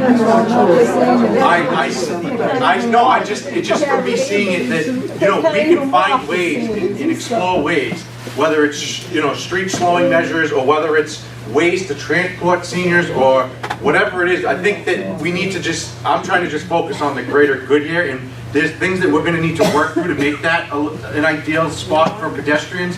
And I get that, and I think the city's willing to work on that. That's not something that we weren't aware of or thinking about. But again, I think going to Sasaki's point is that, and Dan, Mr. Toscano's point is that the greater good out of this facility is worth working around those things that we're going to have to work around to make this a good, strong, accessible facility for everybody involved. So I understand this is not an issue. Mike, one of the things I'm thinking about, there's concern that you leave this. We don't vacate this building until we go into the new facility as well. We don't want to vacate. I understand that. Nobody's listening. I know. So I think one of the things that we could possibly do is we could work with D&D to talk to them about engaging with the community a little bit ahead of time, so there's not that lag between when the when a community center is vacated and before a surplus vote is taken, and there's those administrative steps that take time before, and the building is held empty and vacant, and people get concerned that something's going to happen here, like we're going to. But that's we're not listening. We're not looking to a surplus vote. We're not looking. I hear you, sir. We're looking to preserve it functionally for seniors. So one of the things that, as Michael had talked about, when we aggregated 2 libraries in East Boston and built one, and we had to surplus the other ones, and they were picked up through a disposition process with D&D. It ended up being with a nonprofit that worked with the community about the needs, and they talked about the wants, needs, and desires of what that new facility would work. And because the facility is handed over at probably a very discounted rate at that time, right? They're able to make the math work for the development and then still provide community access or community service. So as we work through a development proposal, and if we work into a timing it correctly so that we're through design, we're into construction, and before the construction finishes, this place will still be occupied, but D&D would be able to come out and start to engage with the process and understand when could we, what is the criteria that the community wants to look when reviewing proposals. So if the criteria is, we demand community space at the ground level, and we would be giving preference to community-based organizations that would provide that space, and we would be giving community support to organizations that have community support. You can write the criteria, you can demand that criteria from the Department of Neighborhood Development. Correct me if I'm wrong, Jamie. 100% right. That you would create the criteria based upon conversations with the community in advance of vacating this building. So when the timing of it is important, so that when the new facility is opened, the proposal is getting out the door, and you're receiving things that come in that would or would not meet the criteria that you've outlined in that publicly discussed thing. They would come back with the proposals. The proposals would then be discussed. They would be evaluated based on the publicly written RFP and what was received in the formation of that RFP. And then there would be a decision to move forward with whatever is the decision of the community and the Department of Neighborhood Development. It won't be done in the dark. The Why criteria. postpone it? Why postpone it?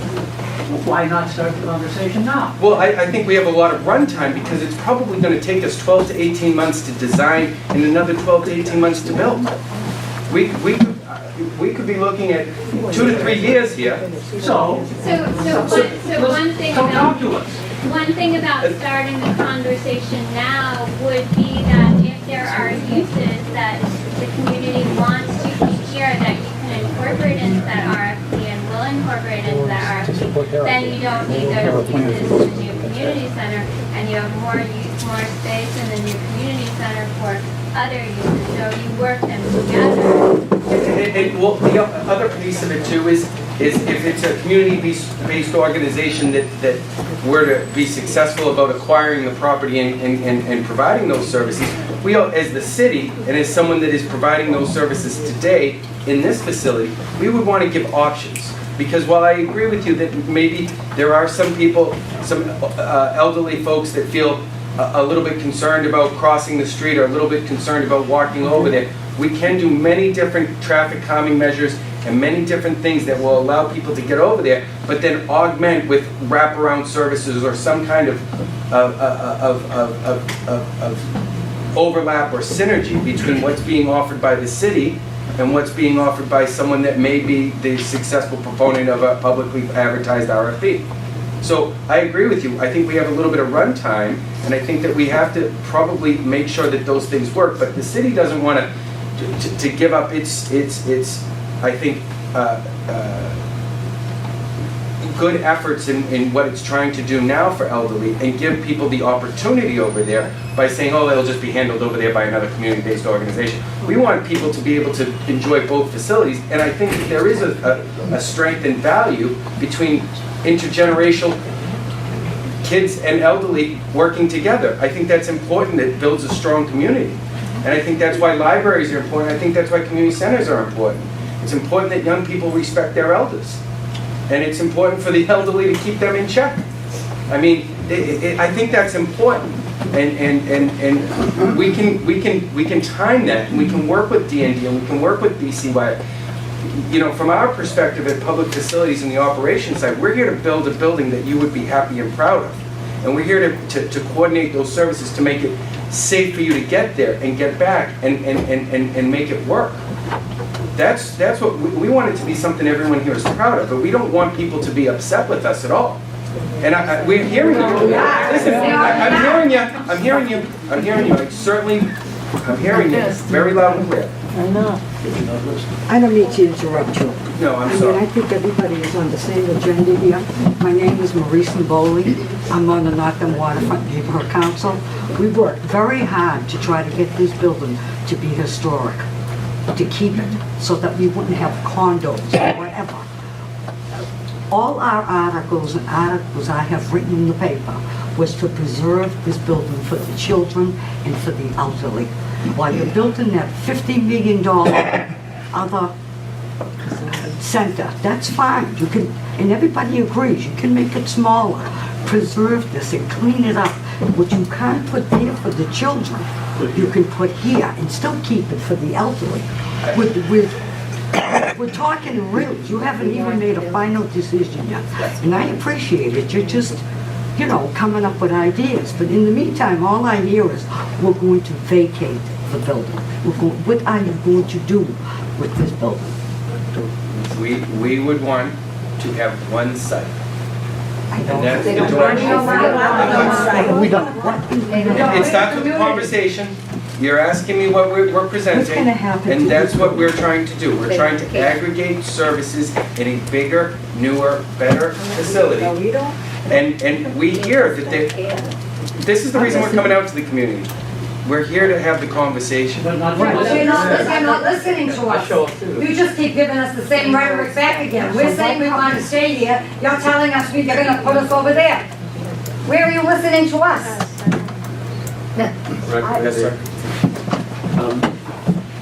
I think a lot of concern in the room has to do with the fact that we had a similar meeting to this in October, where we thought we provided some valuable feedback in terms of wanting to maintain a presence in this building in conjunction with the new, maybe even a scaled-down version in the center to reach the goal of being able to accommodate, 50,000 square foot of programming for the neighborhood. And we were told back then that you listen to us, we look at things. Well, we didn't really get any response to the feedback in terms of preferences for sites for the new community center. It seems that there were 3 finalists chosen, and 2 of them were kind of throwaways, and the focus was always on the Mirabello pool site. I'd love to see the pros and cons of all the sites that were considered. And after the October meeting, I'm kind of disappointed that nobody came back and said, or went to the consultants and said, can you look at, other than just these 3 finalists, can you look at combinations of solutions, different sites, different locations that might incorporate continuing to use this as a community center, and apparently that wasn't considered at all. There will be the pros and cons analysis of the study will be on the website. On the, which website? DCYF The website. DCYF, thank you. Yeah. In the back, Hi. Who do we start to talk to get a senior center here? East Boston has a senior center. Charlestown has a senior center. Why can't we have a senior center? And who would run it? That's my question. Is it run by the city? Who would do that? I mean, there's a lot of need to have a senior center in the community. Look at everybody in here. There's a lot of senior citizens that cannot make it down this year. Yeah, I mean, the senior centers, in Charlestown, that's a Boston Housing Agency building that we staff. That is, East Boston is, again, another example of an old library that was city-owned, that is being put to a community use. We're not staffing that facility. That is an agreement with the Math Board. And they're funding a lot of that operation there. But again, I think that just goes to the fact that these buildings aren't getting turned into condos. That's just another example of the city and the mayor making sure that they continue to be public use. I mean, I'm not saying, the seniors shouldn't have a place. I'm just, from BCYF, from Boston Citizens with a Family standpoint, we only have the wherewithal to operate 1 facility. We can't operate 2 remote facilities and still have the ability to oversee and manage all the operations from 2 remote locations. What happens in this building, again, can still be a community use. The message just is that it's likely not to be BCYF who's operating it. And I think we have a couple other examples in East Boston just because they're here, and I know Tyleston Street, as Maria talked about, where those buildings were put to use by other community organizations. Again, I'm just saying that you might not see BCYF continuing to operate this building, but I think the mayor and D&D is going to continue to do their best to find a suitable operator of this building that meets what you guys are looking for. And you very well may, in 4 or 5 years, if BCYF's not operating it, it might be another community group, and you guys may as well get some or all of your requests in there. It's just BCYF might not be a direct operator or a direct solution to your problem, but I think the city has plenty of other ways to make sure that someone's suitable and someone who's going to maintain public use of this building. We've done it with other buildings that BCYF has left in. In Roxbury, we have a nonprofit that operates the Johnson Center. In South Boston, we have the Walsh Center that's operated by a nonprofit, and we guarantee certain public usage by those operators to maintain community use. So there's a lot of examples out there of how it might not be Boston Citizens Youth and Families operating this building, but maintains a public use through another entity. Mike, I'm glad you brought that point up, and that was exactly what I was thinking. And so I don't know if that was part of the confusion here, because as you can see, the elderly wants this space. But BCYF operates this building, so BCYF is going to go down to the pool. But what you just said, it clarifies this still could be used as another community center for elderly, and hopefully, and I think Pat is thankful, open up the discussion. We'll start the discussion early, which is great. But I think that hopefully that clarifies a lot of the anxiety here that BCYF is actually leaving this facility and not operating. They're an agency of the city, and we're going to go down there to a 50,000 square foot facility for our kids and everybody else, which I think is just wonderful. But this can still be used as another center for our elderly or any other needs. but it's just, so people understand, it's just DCYF that's leaving, right? Right. What about the other kids? Can they want a building like this? Yes. Right, so that could be. So I part think of the it's great. Our community needs a community center for our children, for our elderly and everything. So you're leaving the building, so what steps do they take so they can make sure that the building doesn't get vacated before you say, okay, yeah, now we're gonna get a nonprofit? Like, they wanna do this now. They don't wanna wait Transition. while, yes. They want to know, like, who do they go to, who do we see, who do we meet with, that we can start the process now of trying to get someone that'll take care of this building and keep the seniors here. You could, I mean, I think it's a great idea. I've been saying forever, I see all the community centers all around, and I always say our kids don't have anything, and I think it's a great idea. Maybe just a few adjustments on a few things that people aren't happy about, but who do we go to? Who do they start the process now? I know this is gonna take 2 years, 4 years, but the seniors wanna know now who they talk to, so they can stay here. Obviously, it's gonna be a nonprofit, but like, how do they go about it? That's what they're asking. I don't think they really mind having a community center. Nobody wants to walk down there, but they don't wanna leave here. It's like they don't wanna leave their homes. They've been in their homes for 50 years, and you tell them, oh, by the way, you're moving to that street over there. They just are unhappy with it. So how do we start the process? So, if I could just give it a little bit of an example, I mentioned earlier the building on Tiles to the street. We had a community meeting just like this one to discuss the building that we have this surplus property that is no longer needed by it was in the PFD's hands, and we want to put it to an appropriate reuse. And where we always start is coming out to the community and asking them. And at that meeting, it was loud and clear, it was a very strong preference that that building also be used for a public purpose, community-based use. And so we took that feedback, we crafted a request for proposals that was very specific that any proposals that came in had to meet that community-based use criteria. And that's exactly what we do. We use that feedback, and we can issue a very tailored request for proposals that takes into consideration all that we hear. And that is something we would absolutely do in this case.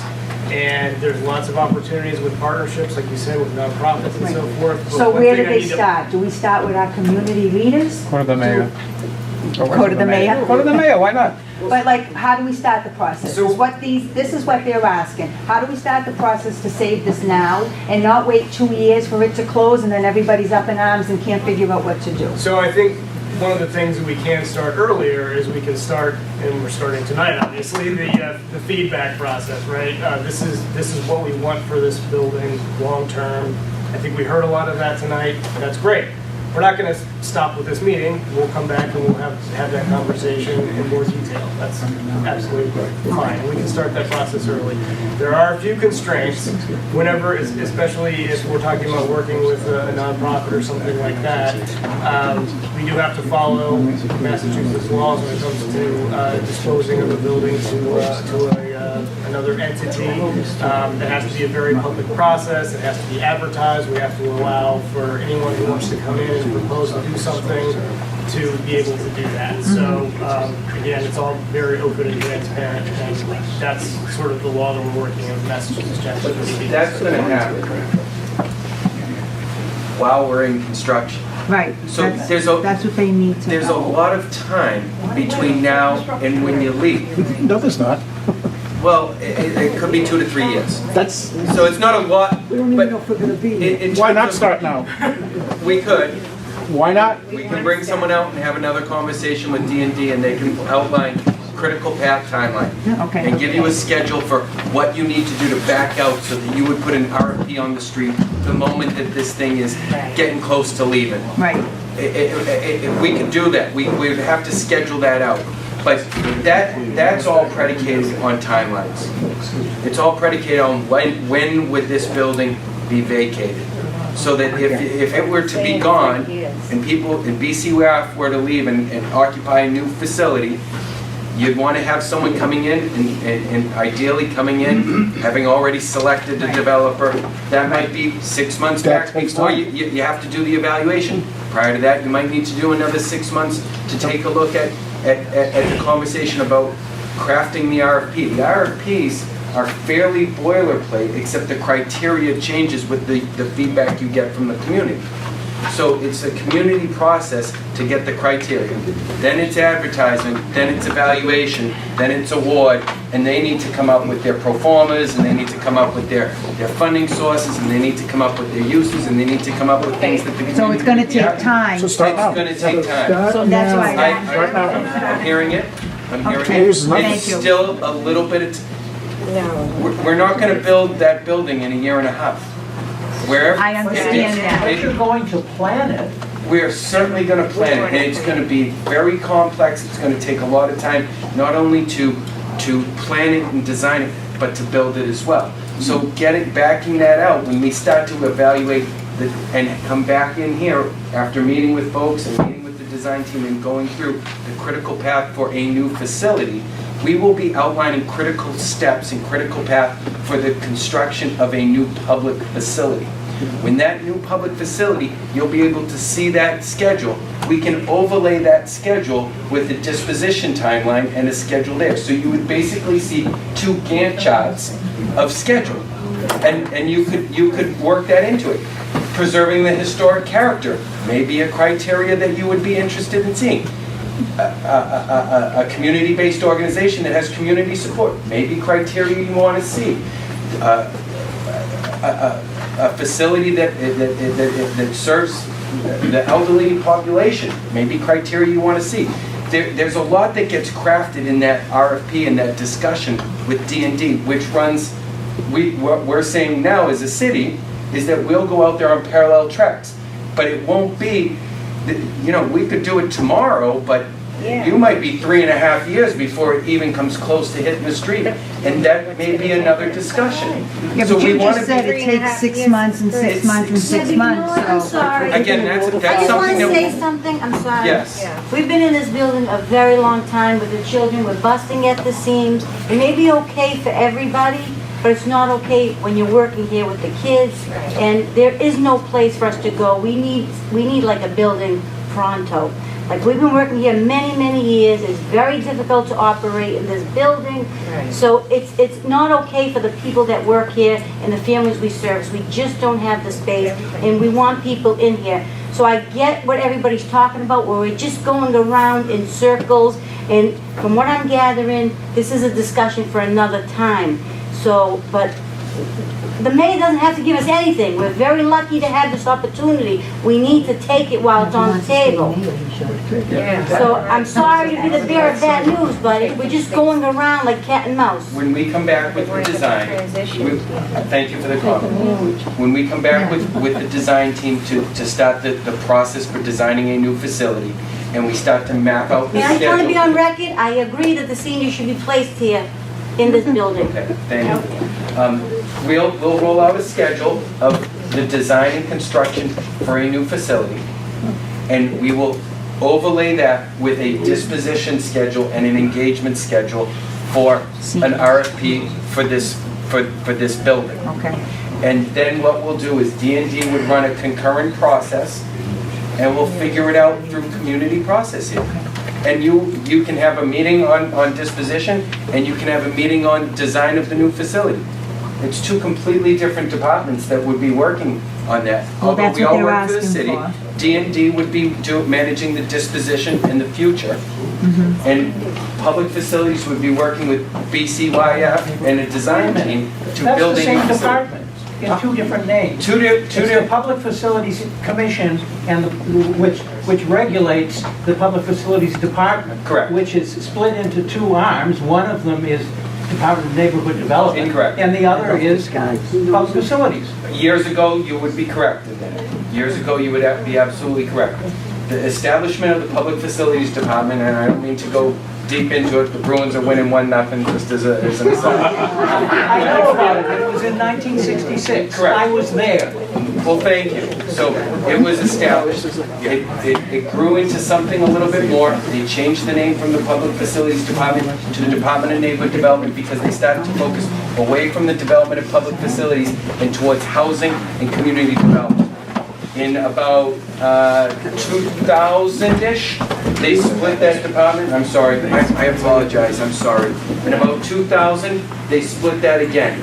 And it went from public facilities, became its own separate entity again, and the Department of Neighborhood Development became a standalone department. That's where we're at today. So the Public Facilities Department and the Department of Neighborhood Development are two totally different entities, and the Public Facilities Commission does govern both of them. So you're 100% right, but we are different departments. They'll do the disposition in the housing and the surplus property. Public Facilities owns no property. Public Facilities is just the construction wing, the design, the programming, design, and construction wing of the city. So we build the public facilities. We don't build housing. Okay, give us a name. What is your name, sir? Jamie Smith. Jamie Smith. Jamie Smith, okay. You'll see me again, don't worry. Yes. You are going to notify us on the next meeting? Absolutely. And Maria will handle that for us. Absolutely. Yes, ma'am. So I have a question, I'm not quite clear on this. There are certainly a lot of programs that are happening here right now, and I understand it's bursting at the seams, so we want room for more people, or for more programs. But if we wanted to say, for instance, have a community garden and a kitchen where kids could, you know, have cooking classes, intergenerational cooking classes or whatever, and, you know, a place to serve some meals to people that might want to come in and have a meal or whatever. I mean, is there going to be room, or when are we going to have time to generate these ideas? At the new facility are you speaking about?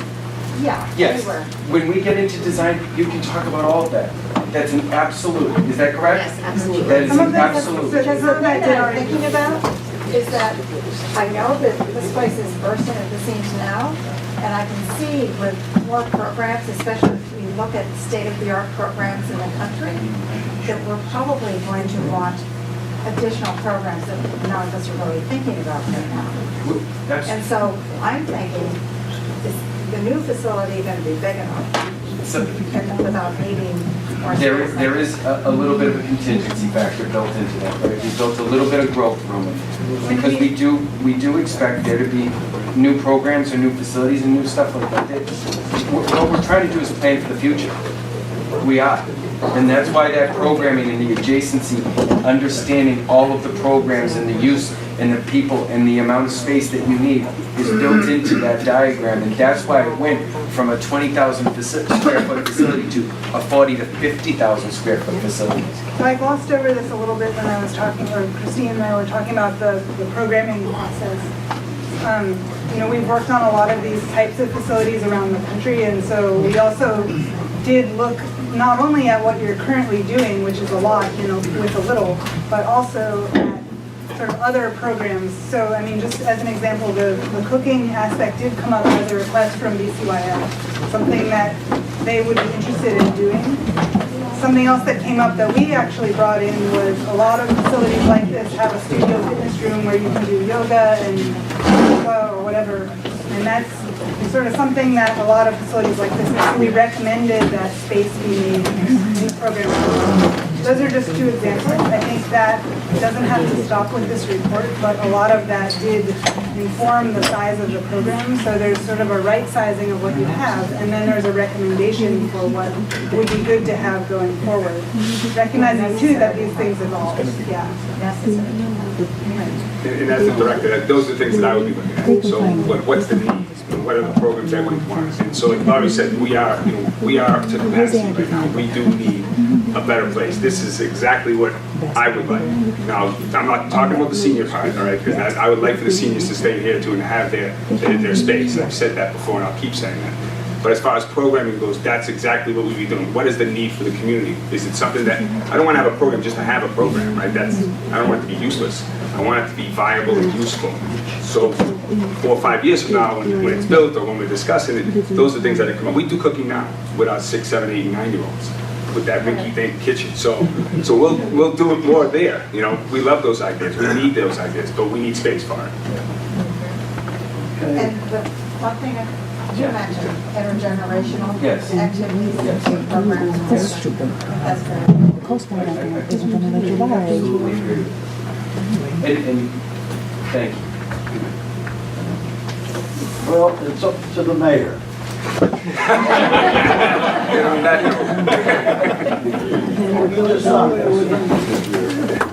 Thank you. 2-1 nothing,